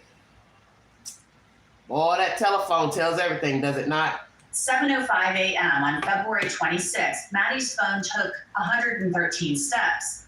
10 minutes later at 7:15, the phone takes 50 steps. And then there's no other health activity on that phone until 10:55 a.m. when Stephen arrived home to the residence. One of Maddie's friends also told police that she would have a text from Maddie every morning when she woke up, but not on the morning of February 26th. So basically, he has her phone or she has her phone with her that morning. The phone stops at night at 11 something at night, and it doesn't resume movement until 7 in the morning inside of the apartment. What you have to ask yourself, if the movement is of Madelaine Soto with the phone or Mr. Stearns with the phone. Stay woke. And the phone leaves the house and makes its way back to the house at 10 something. That's Mr. Stearns with her phone. So he lied to the police saying, "I came back to go get her phone because I forgot my phone. She forgot her phone." But the evidence shows her phone made it out of the house and back to the house. And that was Mr. Stearns. You had her phone all along. So that would lead me to wonder if indeed the child actually walked out of the house willingly, or she was already dead leaving the house. Which is it? That's what I'd like to know. Maddie's best friend said she did not receive a text from Maddie. One of Jen Soto's female roommates was later interviewed and said she went to sleep around 2:30 that morning, and she said she was hearing noises coming from Stephen's room. She described the noise as someone putting stuff on a table, but in order for her to hear those noises, it would have to be significant based upon the noise, would have to travel through 2 doors across the hallway. That same roommate said she saw Stephen that morning after she went downstairs around 10:30 a.m. and described Stephen as acting odd, going upstairs and downstairs and out of the apartment that morning. Stephen was also washing clothes that morning, which she had never seen him do before. Police searched the condo where Maddie lived with her mom. The makeshift bedroom on the first floor that belonged to Maddie looked untouched. She never slept there, according to her mother, but she hung out in that room during the day. Crime scene techs found one of Maddie's white Crocs in her mother's bedroom. That means she did not wear her white Crocs when she left the house that morning, as Stearns had claimed. Well, there's your evidence right there. Number 1, the makeshift bedroom. Why was the child not sleeping in that bed? Help me understand. She hung out during the day in this makeshift area. So what was the purpose of it? 1 white Croc found in the mother's room. So did the girl normally wear these Crocs more than any other shoes? So you have to pay attention to the details in order to get to the truth. Why would 1 shoe be in the mother's room if the mother was allegedly asleep and the daughter is getting ready for school up in that room or going into that makeshift room to get clothes out of there? Why would she leave 1 shoe in that room? Because that means the other shoe's missing. Stay woke, everybody.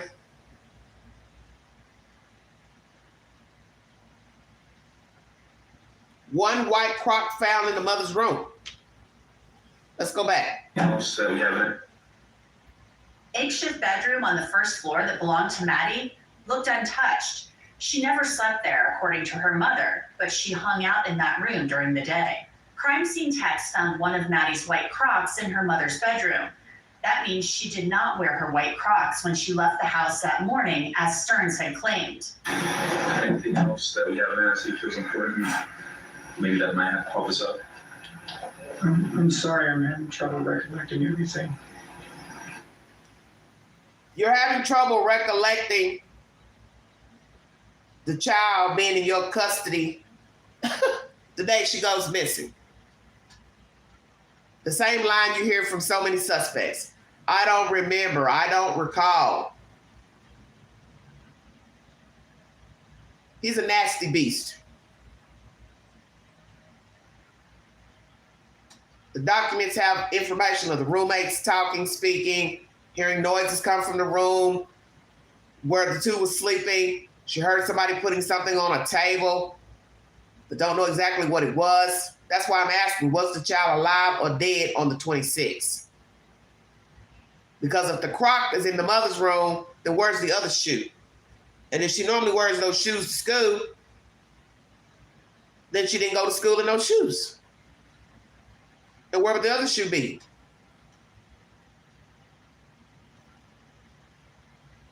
I'm gonna step away for a second.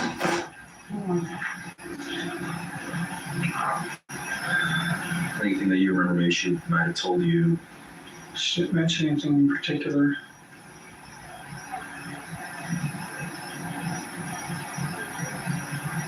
I made a joke about her Crocs. She wears Crocs and socks. So we were joking about that. Crime scene techs said they found the mate to that white Croc found in the bedroom in the dumpster, where they also found Maddie's backpack and school laptop. So the other Croc is found in the dumpster with her backpack and school laptop. So this fool dumps her Croc and things there in the dumpster, but yet the other shoe is in the mother's bedroom. Help the queen understand why the other shoe would be in the mother's room. Last I checked, you put two shoes on one foot and one on the other. Make it make sense. Why is one shoe in the dumpster and the other one's in the bedroom?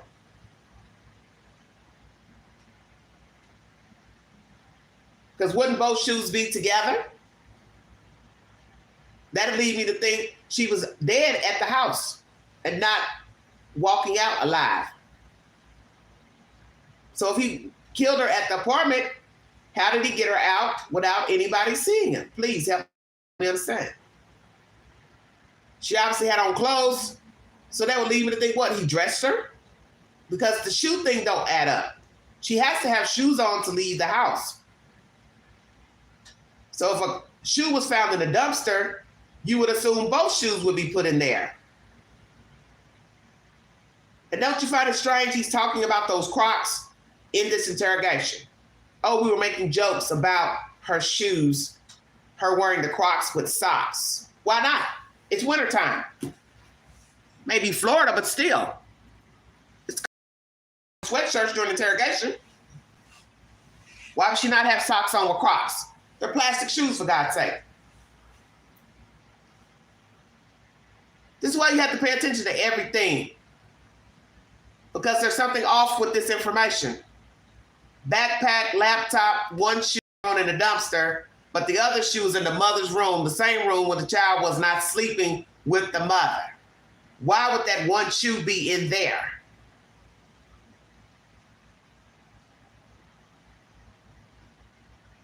Because possibly the child's shoes were in there originally, and the child never walked out of the house. So he's gathering up everything that belongs to her. He's scurrying around trying to grab everything. Room probably dark. He's trying to get everything out to throw away. But he left behind the shoe in Jennifer's room. We have video evidence that shows Stephen Stearns discarding items in a dumpster in that apartment complex in Kissimmee at 7:35 on Monday, February 26th. Detectives later recovered Madeleine's backpack and her school-issued laptop from that dumpster. The sexual abuse and murder of Madelaine Soto is hard to talk about, but it's an important story, and we're able to bring it to you because of sponsors like Morgan & Morgan. Morgan & Morgan has more than 1,000 attorneys that you may want in your... Stephen Stearns had told investigators that they were leaving early for school that morning because they planned to go to McDonald's. Woke up around 7:15, somewhere around there, which is an early start for us, but we had talked about getting McDonald's breakfast beforehand, so we want to make good time. Going to McDonald's. Woke up early. 7 o'clock is early. Well, what time does she have to be at school? Most kids have to be in school at 8 o'clock. So what time do these kids have to be in school? Very strange. Very, very strange information. He's taking her to school, but he doesn't live there, and he lives in another town. Make it make sense. We did make good time. We got out the door maybe 7:30, 7:45-ish maybe. Got over to that area. She was asleep in the car most of the time, just snoozing until we got there.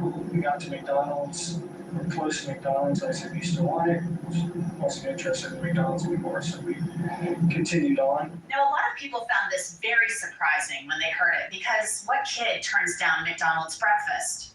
New documents and interviews with Jen Soto show that they had talked about Stephen and Maddie going to McDonald's the night before. And so I think you had said the previous night, you and Stephen had agreed that he was going to get and take her in the morning. Okay. And they were going to stop at McDonald's and get breakfast, but she changed her mind last minute and did not want McDonald's. Okay, when did you find that out? When did I find that out? When Stephen called me around 10:18 in the morning, I had stepped out to go get blood work done, and he had just let me know that he just got back home from running a few errands, and that I asked, "Did you guys ever just stop at McDonald's?" And he said no. She changed her mind. He tried convincing her a few times, but she did not want McDonald's anymore. By now, you know that Maddie never made it to school that morning, and that... So when he called her, so I guess when you say home, he's talking about what home? His home or her home? It's all lies. It doesn't really matter. It's all lies. The fact that she mentions the McDonald's story as well, and the cop, he was keen. He said, "Well, how'd you find out about the McDonald's?" He called me on the phone and told me. How convenient. They talked about taking the child to McDonald's the night before, and then the next day, after he's assaulted this child, murdered her, whatever time frame it was, dumps her body. He's going back in the house, getting rid of stuff, throwing away stuff. He's calling her, telling her, this is ridiculous. Oh yeah, we were on our way to McDonald's, but she didn't want. We just kept on the journey. Yeah, you mean you kept on the journey of disposing her body, throwing her over a fence. This is crazy to me. This is outlandish, and it's outrageous. I want to know, was the girl alive when she left that house? Because I can't see that she was alive, because if she wore those shoes regularly, she didn't have them on, and they told you her socks were clean. So she never walked to that location. She obviously didn't strangle herself, and she didn't put herself over that fence in a field.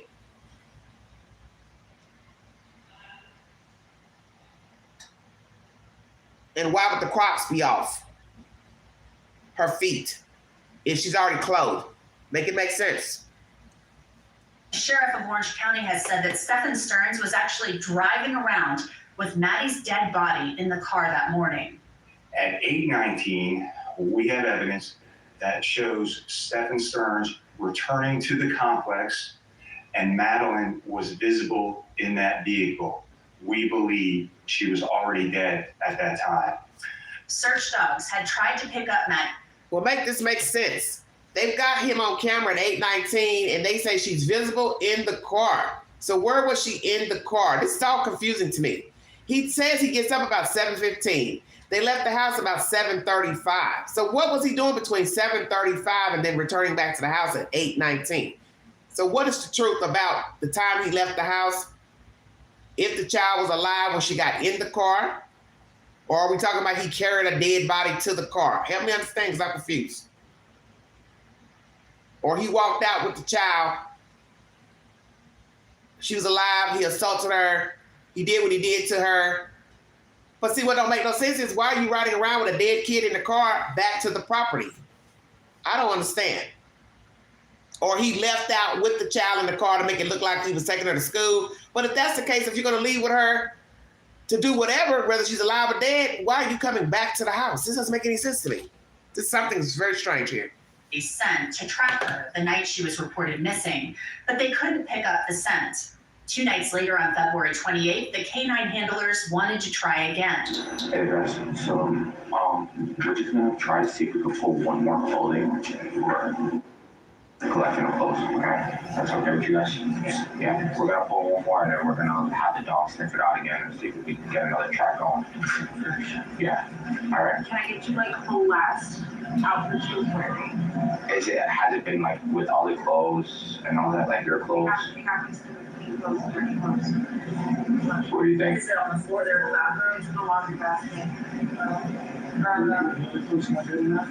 No, we just try to collect separate ones and then we separate all of them, just in case one was contaminated, we have something else we can use, but having a couple of already does. Thinking on Sunday, go out and roll up the laundry and then on Sunday, sure, one of the turn thing you need.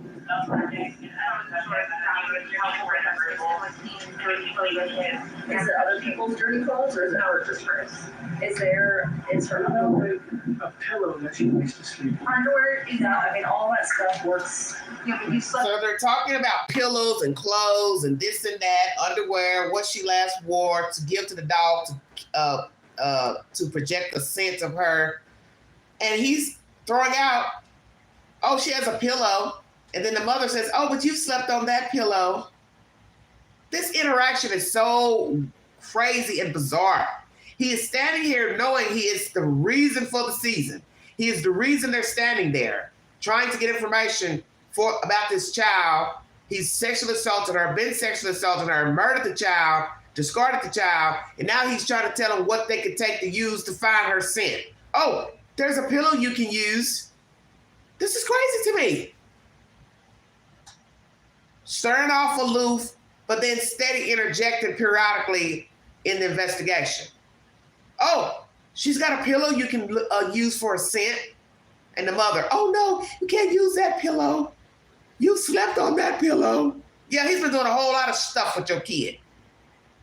How about that? From the pillow this morning. No, that's right. That's not a different pillow. Underwear, there would be underwear on the bathroom. Okay, I thought See, that's why this is stupid right here. This is so ignorant to me. You're throwing out that this man has slept on a pillow that your child slept on. Because he throws out, hey, here's a pillow. There's a pillow in there that you can go use. And then she says, oh, no, you slept on that pillow. Just affirming that they sleep in the same damn bed. They slept in the same bed before the child's murder. Whichever came first, because I don't really know. The point is they were in a room together sleeping, and she's now affirming once again, oh yeah, y'all were in the same bed together. Can't use that pillow. Y'all sleeping on the same pillow. How the fuck are they both sleeping on the same pillow? When did you know two people sleep on the same pillow? What is it, a body pillow? King size pillow? Because two people cannot sleep on a standard pillow. Unless you're awfully close. Basically, you're on top of each other. Stay woke.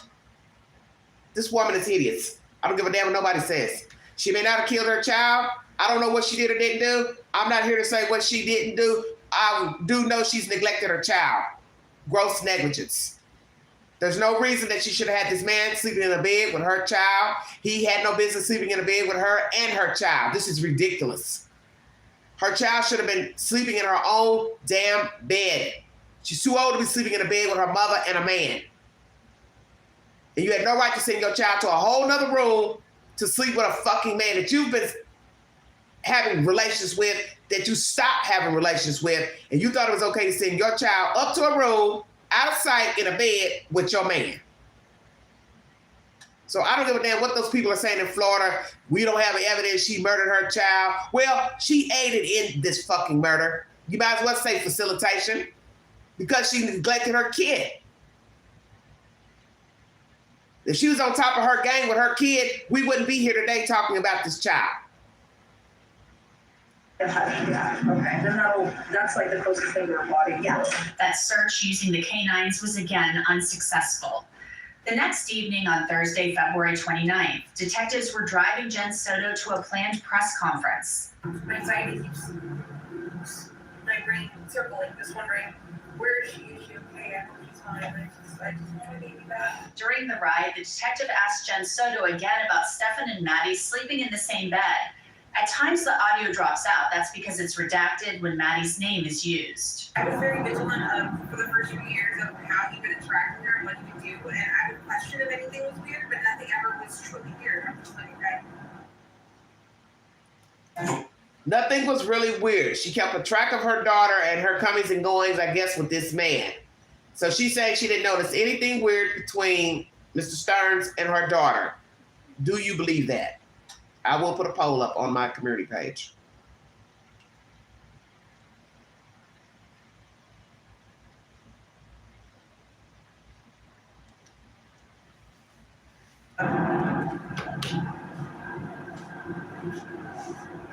I even had a rule for the longest time.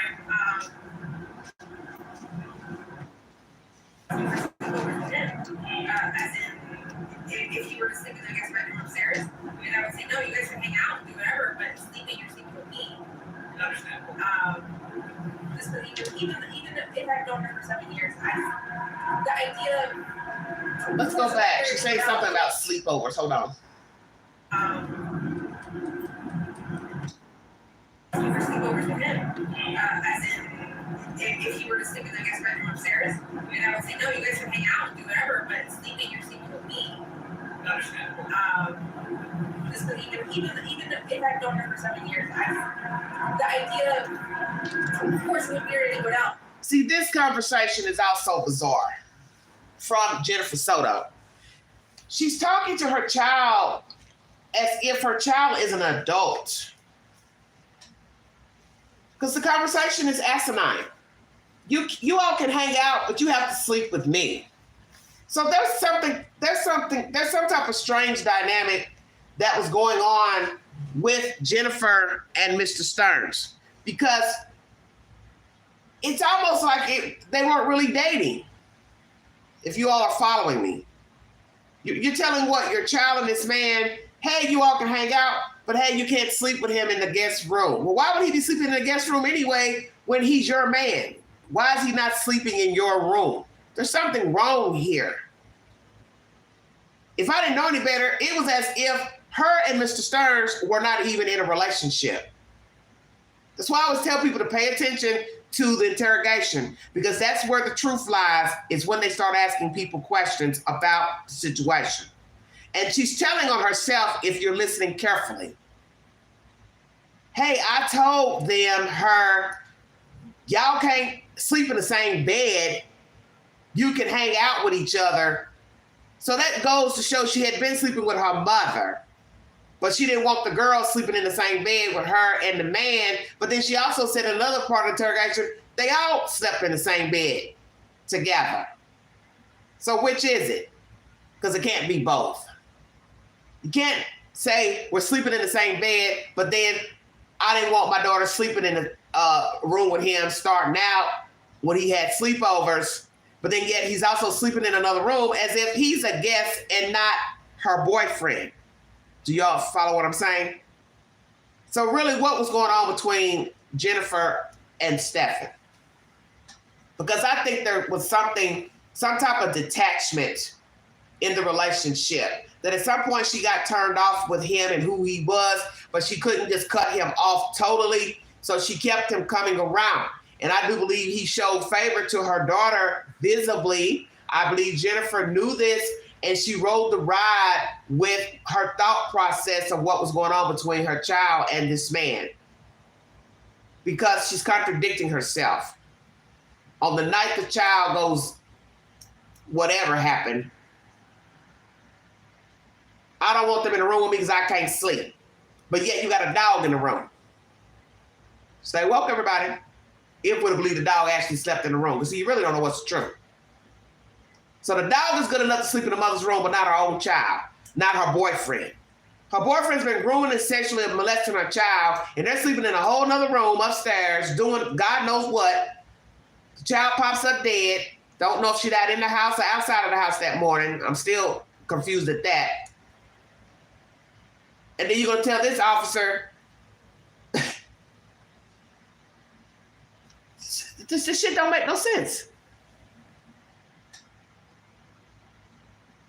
Oh, if there were sleepovers, I didn't want them in the same room. I told them, you two can hang out, but you can't sleep in the same bed. But yet, you all did sleep in the same bed. And we now know that your child slept in the bed alone with your boyfriend or whoever he is, whoever he was to you. A little girl sleeping with a man that's not her dad. It sounds weird, but so I haven't. I trusted him enough to let that even happen. You know. I mean, is it common? Because I know you said you would never let him in the past, but is it common to let her sleep up with him or let them spend a lot of time alone together? I think I'm gonna say I let them sleep together less than what I can count on these two hands. Okay. Not much.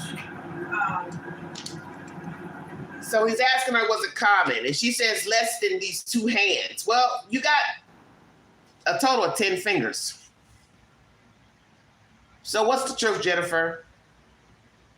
When you first met Mr. Stearns, was your child sleeping in the bed with you and Mr. Stearns? Because she's only 13 when she died. And we get understanding that he's been touching her since 8. So I got a feeling you all were sleeping in the same bed when she was younger. Your daughter just sadly was still sleeping with you while you're still having sexual relations with this man. So what we have to ask now is the obvious question that nobody's asking. When you were having sex with Mr. Stearns, where was your daughter? Bingo card. I'll let that sit right there.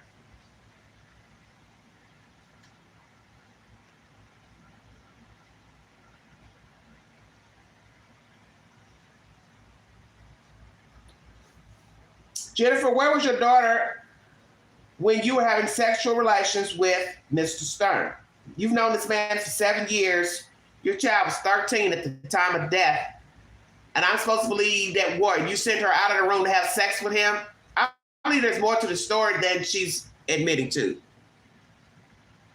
Oh, yeah. Most definitely. Because she's basically lying in her information. I don't give a fuck what these police officers are saying, these detectives. If they can't read between the lines, something's wrong with them. Because she's all over the place. Oh, back in the past. So which is it? Because I'm telling you, you don't allow a 13-year-old to go sleep in a room with a man if you ain't been doing it already. Bingo card. That's going to also be on the post. There'll be a lot of content uploaded today.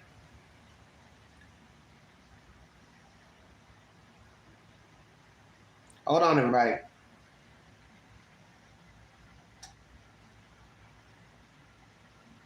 You don't wake up and start letting a child sleep with a man at 13 unless they have been doing it.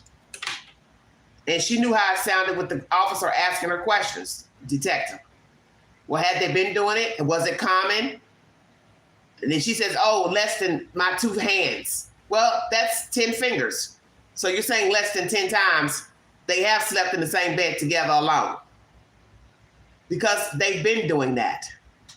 That's the point of this story. He didn't just wake up one day and go to this house and climb in bed with a 13-year-old. He's been sleeping in the bed with Madelaine Soto. So what you have to ask yourself is the obvious.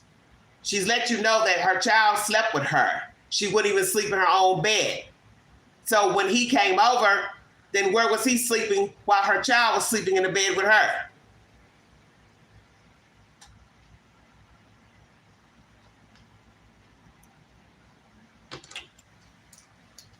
See, for all we know, the child was watching them have sex, hearing them have sex. So it would be comfortable for him naturally. Hell, let's let your child join in. See, you don't know Jennifer Soto. We already know what he's about. That's been proven by the content on his phone and his searches. But who is Jennifer Soto? That will be the next live stream later this evening. I'll have the link in the chat. You can feel free to come in and give your commentary because there's more to the story than what is being revealed. And I don't know that she didn't orchestrate the death of her child because most children are murdered by their parents. Let's keep it real. And usually if another person murders the child, such as a boyfriend or a girlfriend or a spouse, the other parent usually has some type of knowledge that some nefarious business was going on, or the murder itself, or the orchestration of death. And this information is per the FBI. At least 450 children are murdered each year by their own parent. So I don't give a fuck that they're saying she didn't have no knowledge of what was going on between Stearns and the daughter. How could she not know? How could she not know? So now let's ask this question. Who's been washing the girls' clothes for the past 5 years? I'll let that sit right there. But a lot of the times it was just the three of us sleeping together in my bed too. That audio. See, she just said it. But what did she say? Most, hold on, lots of the times, wait a minute, hold on. Together less than like these two hands. Okay. Not much. But a lot of the times it was just the three of us sleeping together in my bed too. So lots of the times it was just the three of us sleeping in my bed too. I rest my case.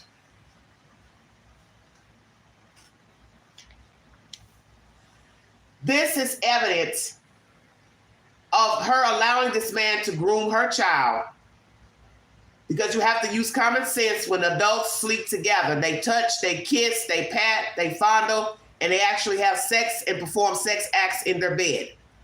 So if your daughter has been sleeping with you all her life, you go get a mate and you allow that man to sleep in the bed with your child, I'm supposed to sit here and think that your child is where while you're having sex with your man.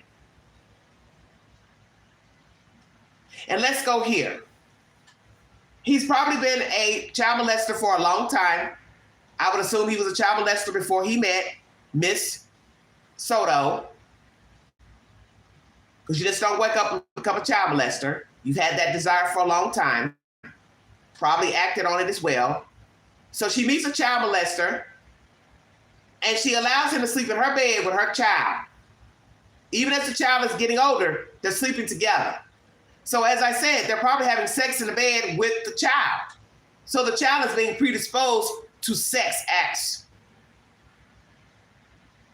Even if Mr. Stern hadn't started touching her yet.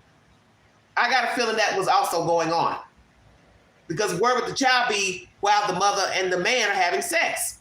You want me to believe she would go put her on the couch? I don't think so. Because she just admitted here in this interrogation, most of the times, Stephen slept in the bed with her and Madelaine.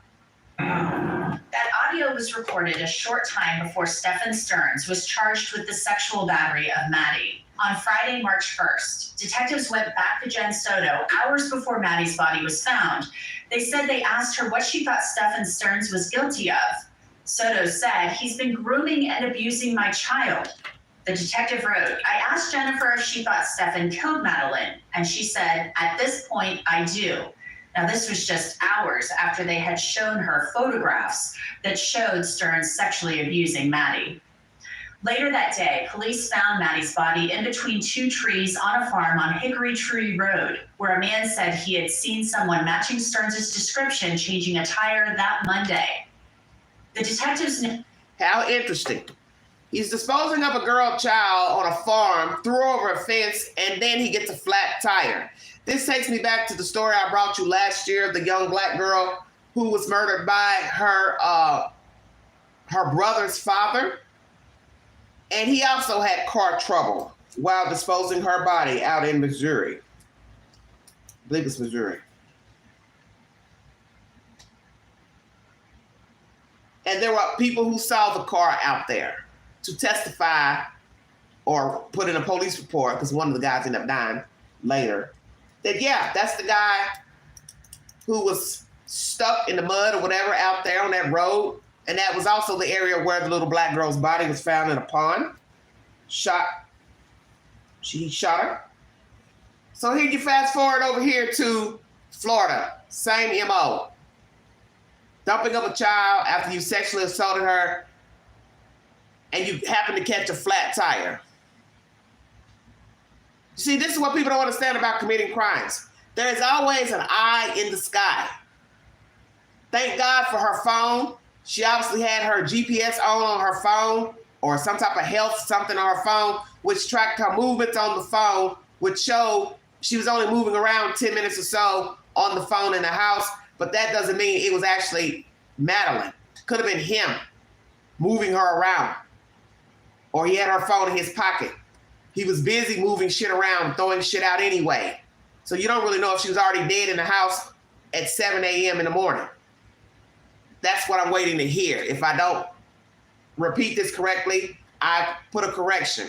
But I'd like to know, was the child dead at 7 something in the morning already before her body left the house? Because he's coming back throwing stuff out. And you can't explain one crock in Jennifer's room and one crock in the dumpster.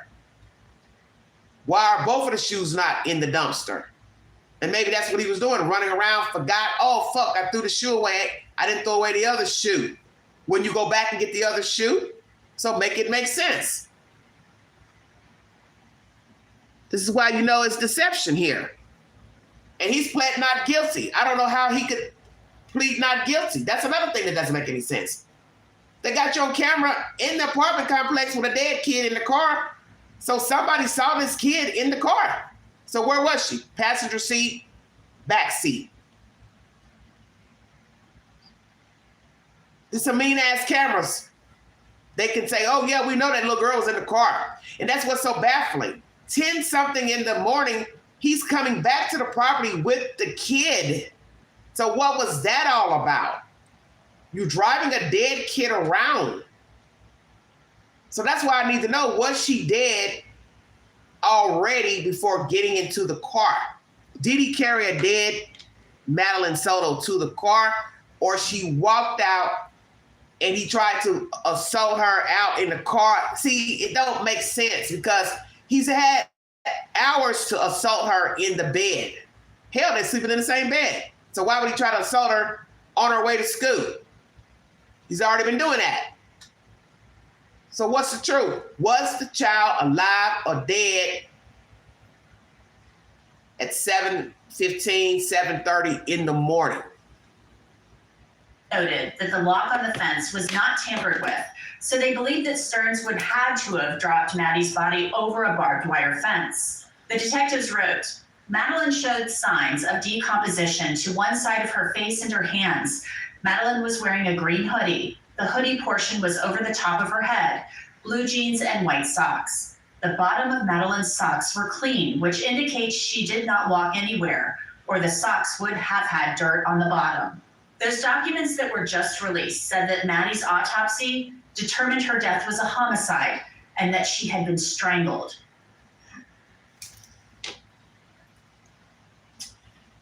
He strangled a 13-year-old child that he had been having sexual relations with.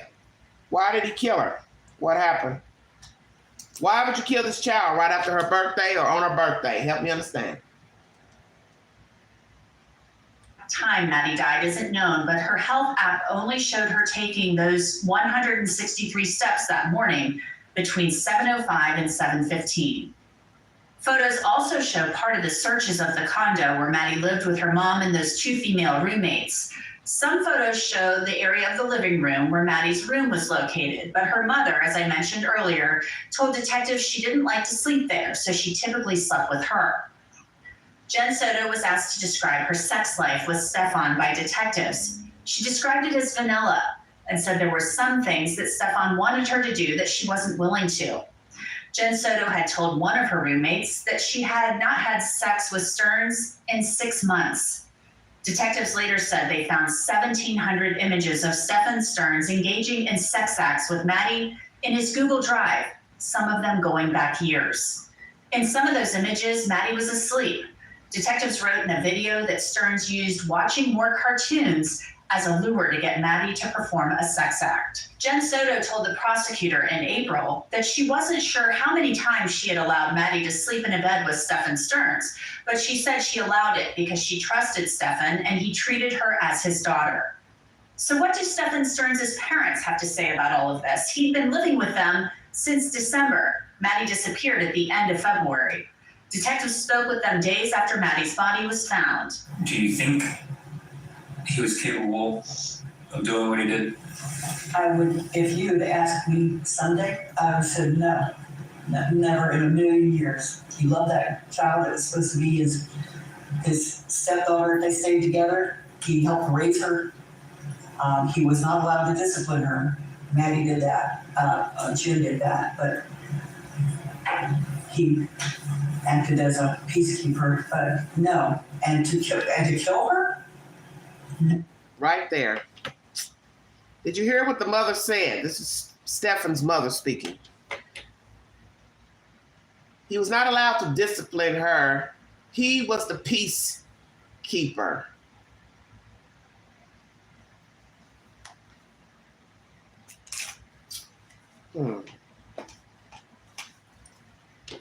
I will have a lot of shorts to put up today pertaining to this case. Mommy, what did you mean by that? He was the peacekeeper. He wasn't allowed to discipline her. Was this child a problem child? Acting out, talking back, physical, abusive to her mother, or what?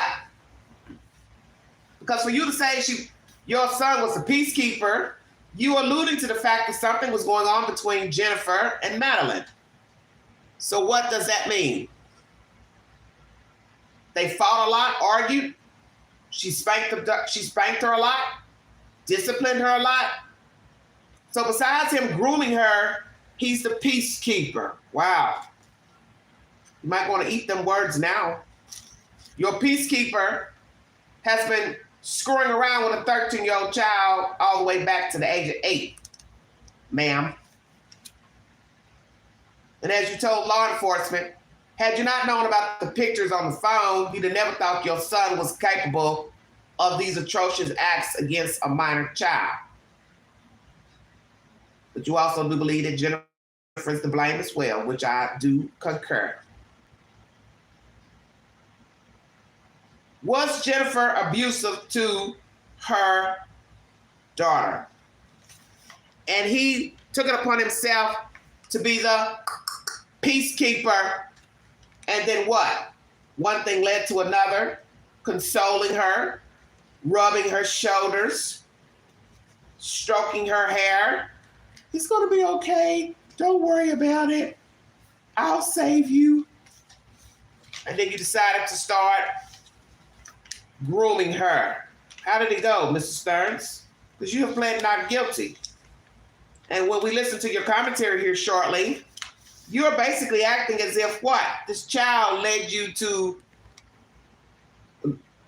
touch her and then murder her. Help me understand. No.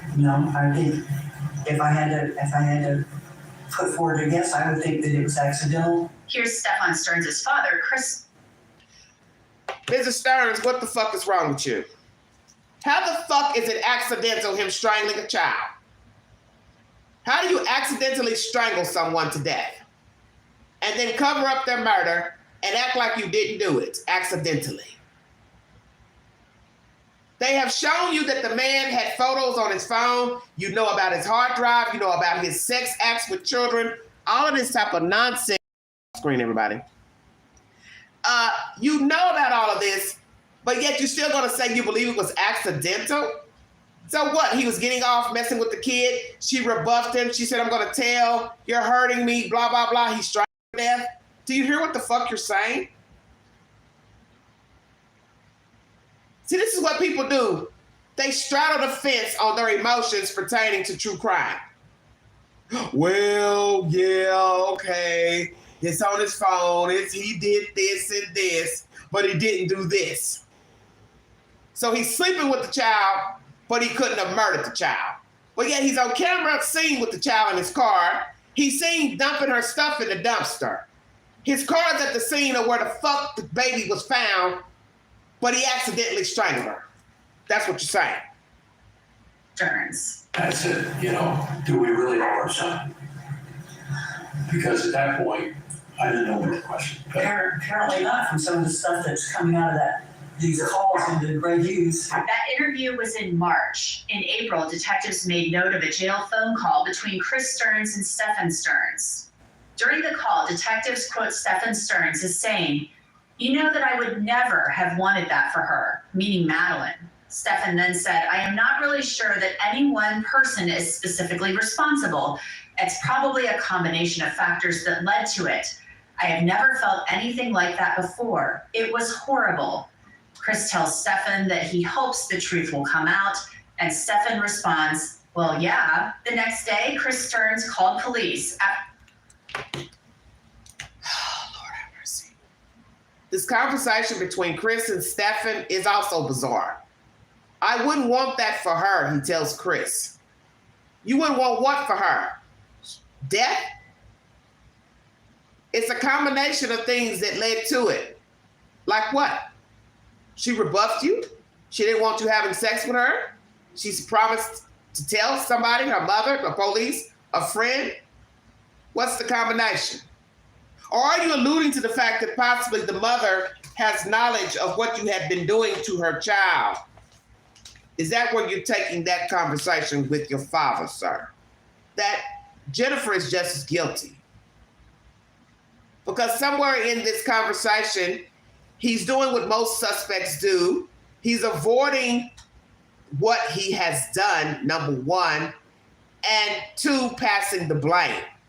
So who's to blame for you sexually assaulting a child and then strangling her to death and disposing of her body in a field, sir? What are you trying to say? She did this? She made you kill her? Is that what you're saying? Because I'm trying to understand who you're trying to blame. You're mad because she didn't want to keep having sex with you. You're mad because you thought she was going to tell somebody. The mother had knowledge. What the fuck are you saying? It's a combination of things. That's where that mother comes in with this stupid ass commentary. Oh, I think he did it on accident. Well, he ain't got no business screwing her anyway. How about that? Fuck are you saying? You sound stupid. You bred this monster. And he didn't wake up molesting kids. You don't wake up and start messing with children unless you have been desiring sex with kids. So now you gotta ask yourself, how many times has he molested the little girl? How many times has he molested other children? Is he a dual offender? Has he been molested as a child? Is his mother or father a child molester? Checkmate. Was he molested in his house with his parents? Are we going to find out his father's a child molester? Because somebody in that family probably been molesting Mr. Stearns. And he became comfortable, like most sadists do. And they don't get help for the thought process and what's been done to them as children. So then they grow up to do the same thing that was done to them. And as someone in the chat has asked about Jennifer. Was Jennifer molested as a child? Exactly. Was she subjected to sex acts, pornography as a child? Did she have something in her own past that made it okay for people to sleep in beds with children? I won't doubt it. Because one thing we've learned about a lot of Hispanic people, they come from big families and they have to make do in their sleeping arrangements. So it would not shock me that Jennifer grew up in a house with a bunch of people, and they probably didn't have adequate beds to sleep in. So they were on the floor, on the couch, on a cot. And we have learned when you start mixing sexes in the same bed, things can happen. People become aroused, even though they know it's wrong to be being aroused by a sister or a brother or a cousin or an uncle, sister, however it goes, but it happens. And I won't doubt that's exactly what happened in Jennifer's life as well. She probably slept in a house with a bunch of people, and she probably was molested her damn self. And I won't doubt it. She's also played funny games with her daughter. And please don't get offended because you don't know her. And if these people didn't know their son, which some of you may say they did know, but you get my drift. Who's to say the mother has not also been partaking in sexual games with this man and her child? Because something is wrong in her commentary, because she's trying to shift the blame as well. 1 minute it's, oh yeah, I didn't want him sleeping with her in the past. Then it's, oh yeah, we mostly slept together. Well, which is it? Oh, I didn't feel comfortable with her sleeping with him, but we slept mostly together. Those are 3 different conversations. So you either wanted to be in the bed with him with your daughter or you didn't. You didn't feel comfortable with them sleeping together. You mentioned that. So how did he end up sleeping with a 13-year-old right at her birthday and then she ends up dead? Help me understand. Because you've been doing it. He found a hard drive in his storage unit that he said had been removed from Stefan's computer. Investigators said it had been analyzed and not used since 2020, but contained 35,000 images of child pornography, but none of Maddie. Chris Stearns had told detectives that he actually believed Jen Soto had some responsibility for her daughter's murder. And look at her hugging him, consoling him at that interview, knowing full well what the truth is. And I think Stefan's decided to be the fall guy in this because he's feeling remorse over the inappropriate relationship he had with Maddie, and that since if he's going to be discovered in this, that he's going to be the front guy in this. But she's just as culpable as he is in this.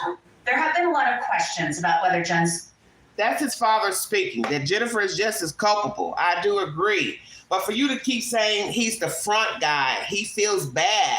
He doesn't feel bad. He's been molesting the girl for 5 or so years. Feeling bad about molesting a child, you would stop. You wouldn't keep continuously touching the child, okay? You touched the child one time, you felt bad, you would stop. But he kept on. So as I said before, you got to ask how many other children he's molested. So to sit here and say, well, he feels bad about what happened to her. He's the fall guy. He feels like, he's going to take the blame. Hell yeah, he's got to take the blame because he's been touching her and he killed her. Unless you know something that we don't know. So Mrs. Stern, do you know something that we don't know about the story? Do you know something else about Miss Jennifer Soto and her role in this? Has the son alluded to the fact that the mother is also involved some type of way in sexual acts and also the murder of Madelaine Soto? What are you saying? Well, it looks like to me they're all dead. Soto could face charges for allowing Maddie to sleep in a bed with Stefan Stearns. WFTV reported last week that police have no plans to charge Jen Soto.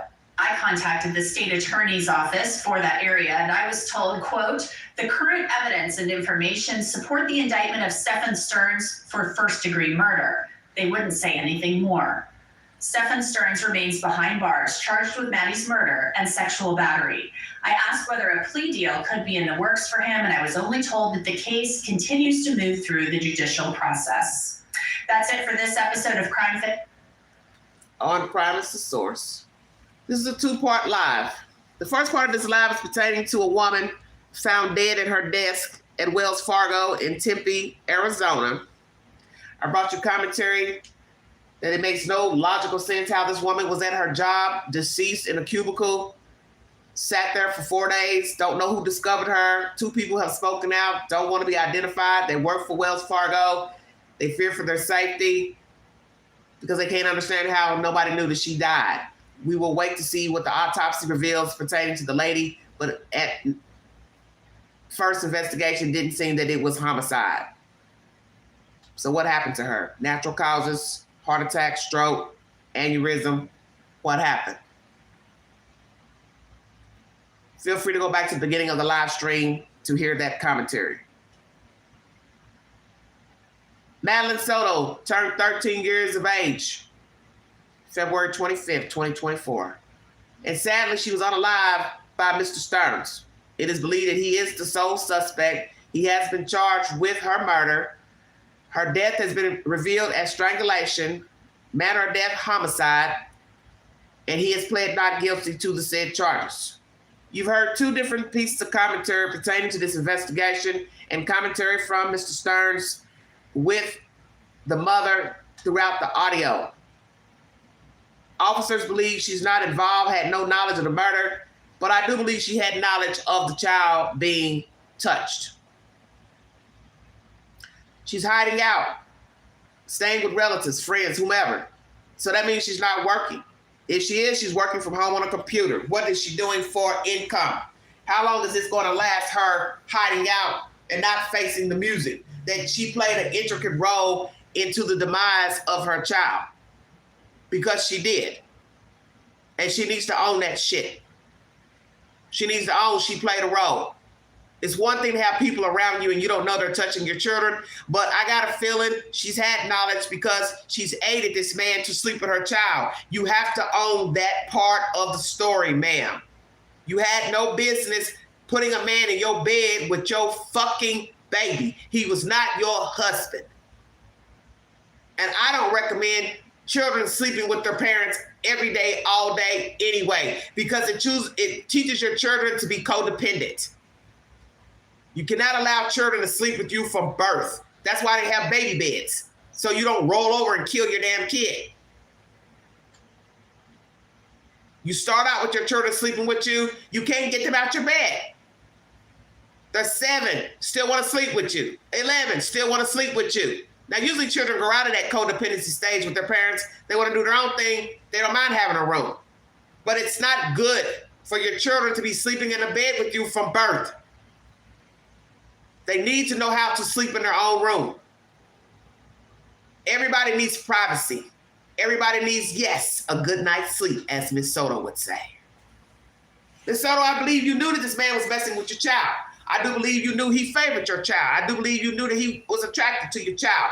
I won't doubt that your child has told you or shown you things to show that he had been messing with her. Because I refuse to believe this man was possibly penetrating your child and you had no knowledge. Because at some point, it's like anything. A person is going to get tired of just touching and rubbing. Let's keep it real. He's a man. He's going to get tired of just rubbing your child, touching your child in private areas. At some point, he's going to want to penetrate her. And I don't know how he's built downtown, but common sense would tell you if the man was half-assed well endowed, your child would have some serious injuries to her body parts. And that's where I have a problem with your ass. How you wouldn't know he's been penetrating your kid. So let's ask that question. Did he ever penetrate this girl child? Or was it just touching and having her perform acts on him? The fact he's video taking pictures, he's a sick bitch. So I find that interesting. You don't know what's on his phone. You ain't never looked at his phone. You ain't never peeped at his phone to see he had kitty porn on his phone. Make it make sense. Your sex was bland, vanilla. He liked kinky sex. You did not. Then why were you still dating him? 6 months you hadn't had sex with him. Why are you still dating him? Why is he at your house? And why is your child dead right when she has a birthday? Help the queen understand. Birthday party, you missed it, you weren't there. Poof, voila, the boyfriend shows up. They go sleep in the same bed, and then she winds up dead. You look at the face of this young girl. 13 13 years of age and didn't even get to live to see the full 13 years by the hands of this nasty beast right here, Stephen Stearns. He's a predator. He's a child predator. And we've learned with the state of Florida, they have many predators, sexual sadists in the state of Florida, a very high number that we've learned over the years. Why is that? Don't know. And many people run to Florida to avoid apprehension to Florida. Sexual sadists, rapists, child molesters, murderers. And he is no different.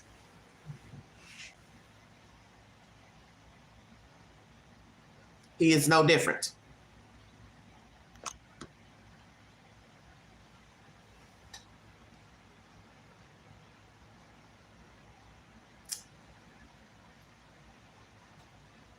"13 years of age.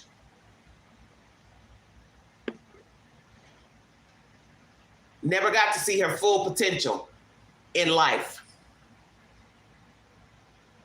Been molested for years by this creep. And as I said, I have a feeling the mother had full knowledge that Stephen had been messing with her child, because there's no way you can go that many years and not see the signs of inappropriate actions, reactions, touching, fondling. She saw something. Too much hugging, too much kissing, too much patting the head, too much rubbing the hair, rubbing his shoulders, sitting in his lap. Did you ever allow your daughter to sit in his lap, ma'am? I'm curious. Because a lot of sadists enjoy children sitting in their lap for the obvious reasons. So did you allow your daughter to sit in his lap when she was a young child? Did she also sit in his lap as an older child? Curious. What's going to be sad is if we find out you've been a part of this bullshit all along. You knew that he was messing with your child, and perhaps you pawned your child off on him when you realized he wasn't interested in you, that he only used you to get close to your child. I won't doubt he chose you deliberately because you had a girl child, because he fancies girl children. So you were the perfect mark. Did he deliberately choose Jennifer Soto because she had a child, a girl child? Has he ever been investigated for any other improprieties against children in the state of Florida or any other jurisdiction in the United States? Has he molested boys? Has he ever been accused of sexual assault of a woman or a man? Attempt rape. Who is Stephen Stearns? Who is Jennifer Soto? What will we learn about Jennifer's past as well? Her upbringing. If she was molested as a child. If she has committed child molestation against her child or any other children in her family. Because I got a feeling this goes deeper than just allegations against Mr. Stearns and child pornography on his phone. Because we might have a 2-for-1 type situation here. We may learn that she's also engaged in sexual activities with Mr. Stearns and the girl child. Now, some will say, well, Queen, that's kind of far-fetched. But no, it's not, because it started off with all three sleeping in her bed to then it's only 2 in the bed. So do the math. Who the fuck's gonna keep putting their child in a bed with another grown-ass man deliberately? It makes no sense. And she knew where the interrogation was going when they asked her those questions. She had to have known, oh shit, I'm in trouble. So will she be arrested for gross child neglect? Because she should. She may not have murdered her child, but she is an intricate part of this story that led to the child's murder. This child should be living her whole life, should be having a good life. But instead, she had a fucking dodo-ass mother who didn't give a fuck about her. And that's my opinion of Jennifer Soto. She's standing around playing dumb in interrogation and looking all off into space and, oh, she's so concerned and, oh, I don't know where she is and I hope she's okay. Yeah, she's okay. She was dead. She's real okay. Because you didn't use discretion with your kid. I got a feeling this lady saw signs that girl was being tampered with.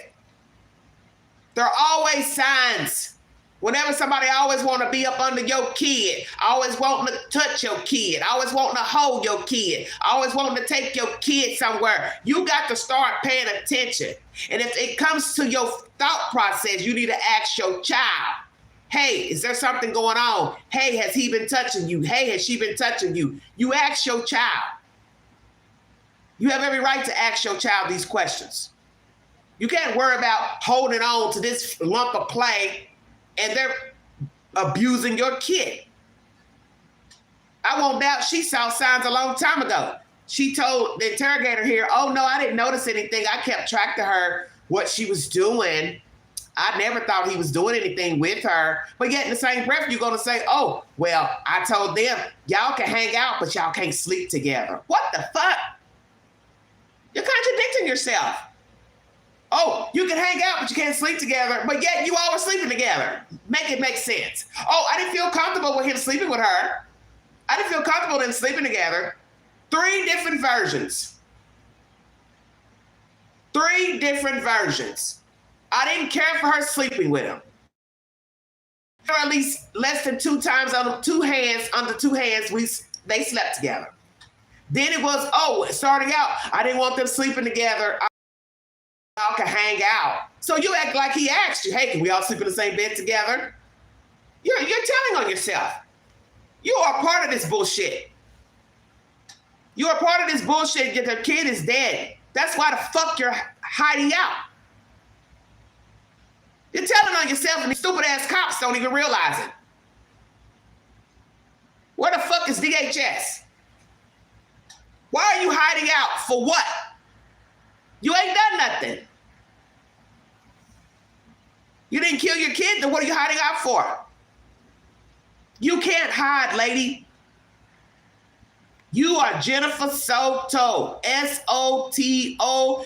I don't give a fuck if you go find another name, change your name legally. You're still that little sawed-off minion with glasses. That is you. You are nothing but a little Humpty Dumpty egg that allowed this troll to abuse your baby.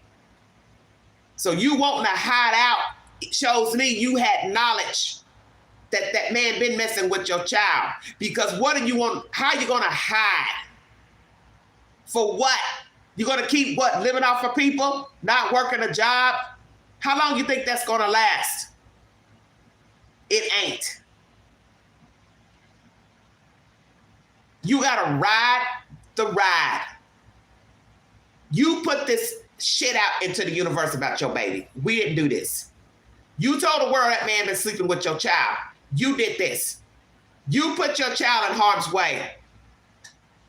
And it's not saying he couldn't have molested her, even if they weren't sleeping in the same bed.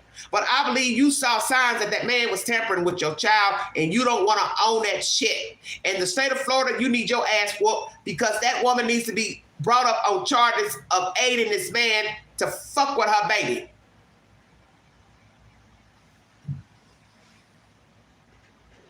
Laura, you're killing me. You look at that picture. That's 13 years stuffed out. 13 years stuffed out by this thing right here. 13 years gone. 13 years. And then you got to count the years she was molested. So she only had 8 years of being a kid. 8 years of being a kid. And that doesn't include possibly she could have been touched by other people since her mother likes this group home living. So you got to question the people in that house. Who are these other Hispanic women? What type of lives did they have? Did they have other children living in the house? Did they have other men and women coming in the house? Who else had access to Madelaine Soto? Checkmate. Will we find out this child could have been groomed and touched by other people in the house, at the schoolhouse? Did she go spend the night with other friends? Did Madelaine ever tell anybody she was molested? Did anybody at the school suspect she was molested? What are her doctor's visits consisting of? Any type of tearing in her private areas? Did she ever catch a venereal disease? Yeah. It goes a whole lot deeper than just Stephen Stearns. Because I got a feeling if you start digging in the belly of the beast, you're going to find out some things not so good about Miss Jennifer Soto. And you're going to hear some more commentary about her lifestyle, her parents, her family dynamic, people she hung with. It's probably going to go deeper than just that child molester there. I want to thank you for your time.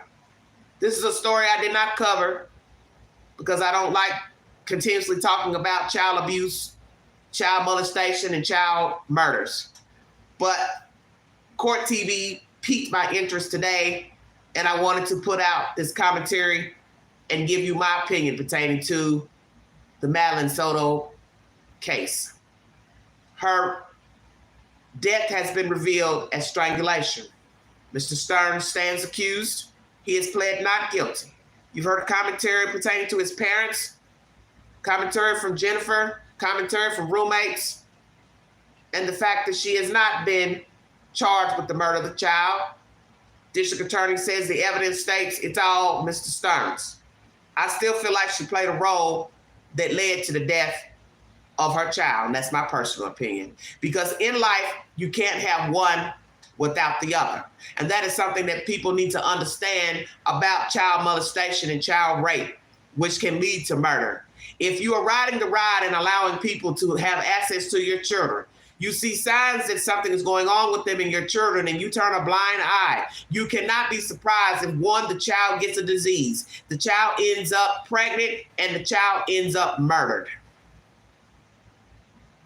And I have personal knowledge of people like Mr. Stearns.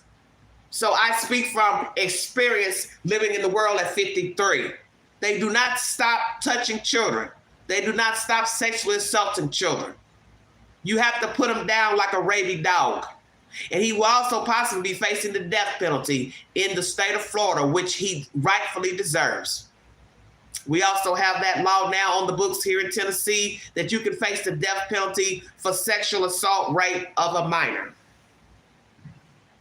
I believe under the age of 13, which to me, it should be any age under 18. A child's a child. I don't care if they're 16, if they're 17, they're still a child. That's not your child, and you don't have any business having sex with a child any damn way. And it's time for people to stop condoning this behavior of 15-year-olds, 16-year-olds having sex with each other and people raping and having sex with a 16-year-old. I don't care if they're 17 and they consent to sex. They're still a child and they have a child's mind. And you should know better. Go out here and get your 22-year-old or 25-year-old woman. Thank you for your time. Thank you for tuning into this live stream. I will be putting up some more case also pertaining to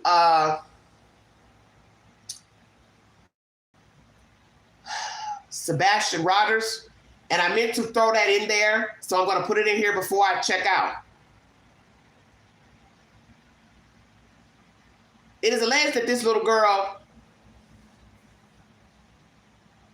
went missing on the 26th of February.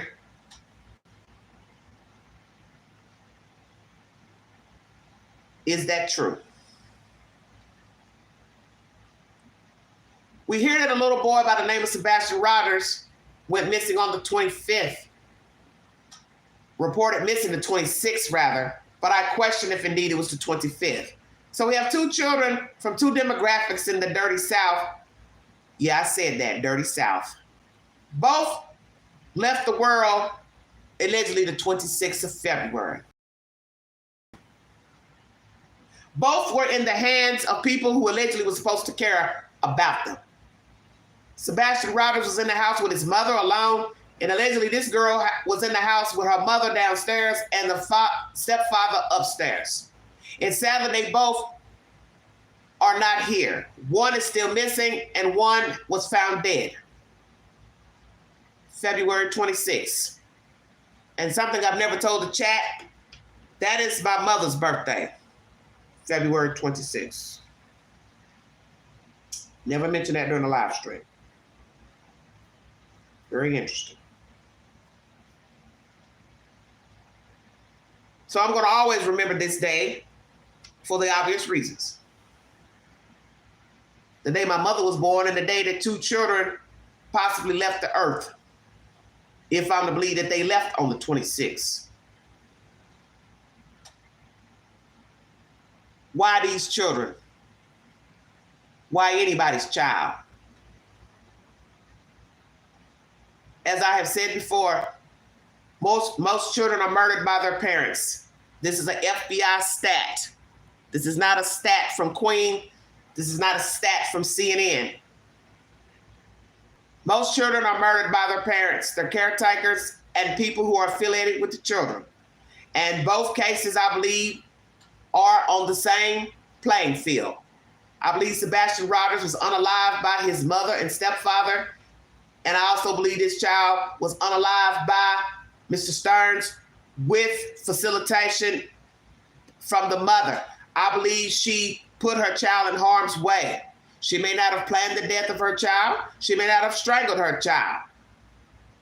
But what'll be jacked up if we find out she did have knowledge of the child being touched and knowledge that she was already dead? Because who's to say she wasn't dead inside of the damn house already? That's something I'm trying to get to the bottom of. Because right now they don't have an hour that the child died. And as they bring you information of the movement of the phone in the house for 10 minutes, you don't really know if that was Madelaine with her phone walking around. For all we know, that was Mr. Stearns with her phone on his person. Was this child alive at 7 a.m. to 7:35? That's the question. He's seen at 8:19 riding around with her on the property, dead in the car. So at what time did this child leave the earth? Sebastian Rogers, same thing. Did he die on the 25th or did he die on the 26th? Those are my questions. Like, share, subscribe. Drop your comments below this video. Take the polls on my community page. Comment on those videos. And also follow the Queen on the Newsbreak app where I comment on various articles. I have a few posts over there. As I said before, I have not uploaded content in over a week because it takes so long for them to approve the videos. I've just decided to take a break from that because it takes too long to upload content. I can upload content quicker over here. But I do have a good following right now at almost 200 people following me over there at Newsbreak. And I want to thank the people who are following me on Newsbreak. I want to thank the fans who left YouTube to follow me over there. And I want to thank the new people who were following me on Newsbreak who have now followed me over here to YouTube. Thank you for patronizing. Thank you for your support. All of those of you who support me, please check out my older content on dating. I have those videos uploaded in the queue on my community page. I'm taking you back a couple of years to show you my plight in my life of trying to date as an African-American female. And I also want to go live today, if I can, to share my experiences with you, because I think some of you will probably enjoy my commentary on what it's like being an African-American woman trying to date here in the dirty South and how limited it is of men. It is a battle indeed. Note that this is not a true crime channel. I talk about various situations and circumstances that affect the human spirit. And sadly, the content today was about death, deliberate homicide.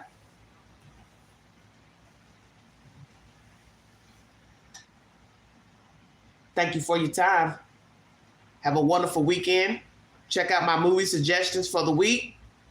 Sherry Papini's story on Hulu, and Greta is my second movie suggestion. The trailers are on my community page. Posts.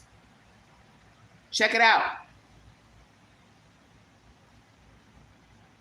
think we're going to go into the belly of the beast right quick. 1 second.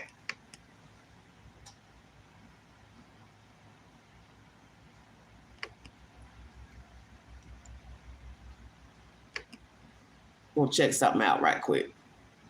I put some polls up.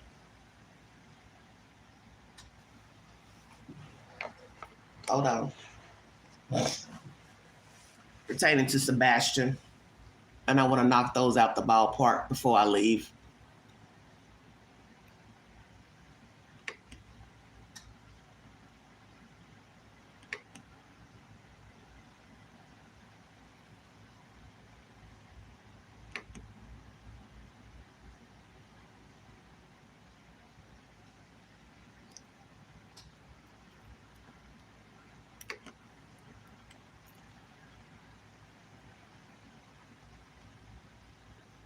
Latest developments, Susan Smith. She begs her ex-husband for support because she'll be coming up for parole this November, if I'm not mistaken. This is pertaining to Sebastian Rogers. I did a live stream last night. Please check it out. 3 hours long. Chop it up at your discretion. It's worth the time.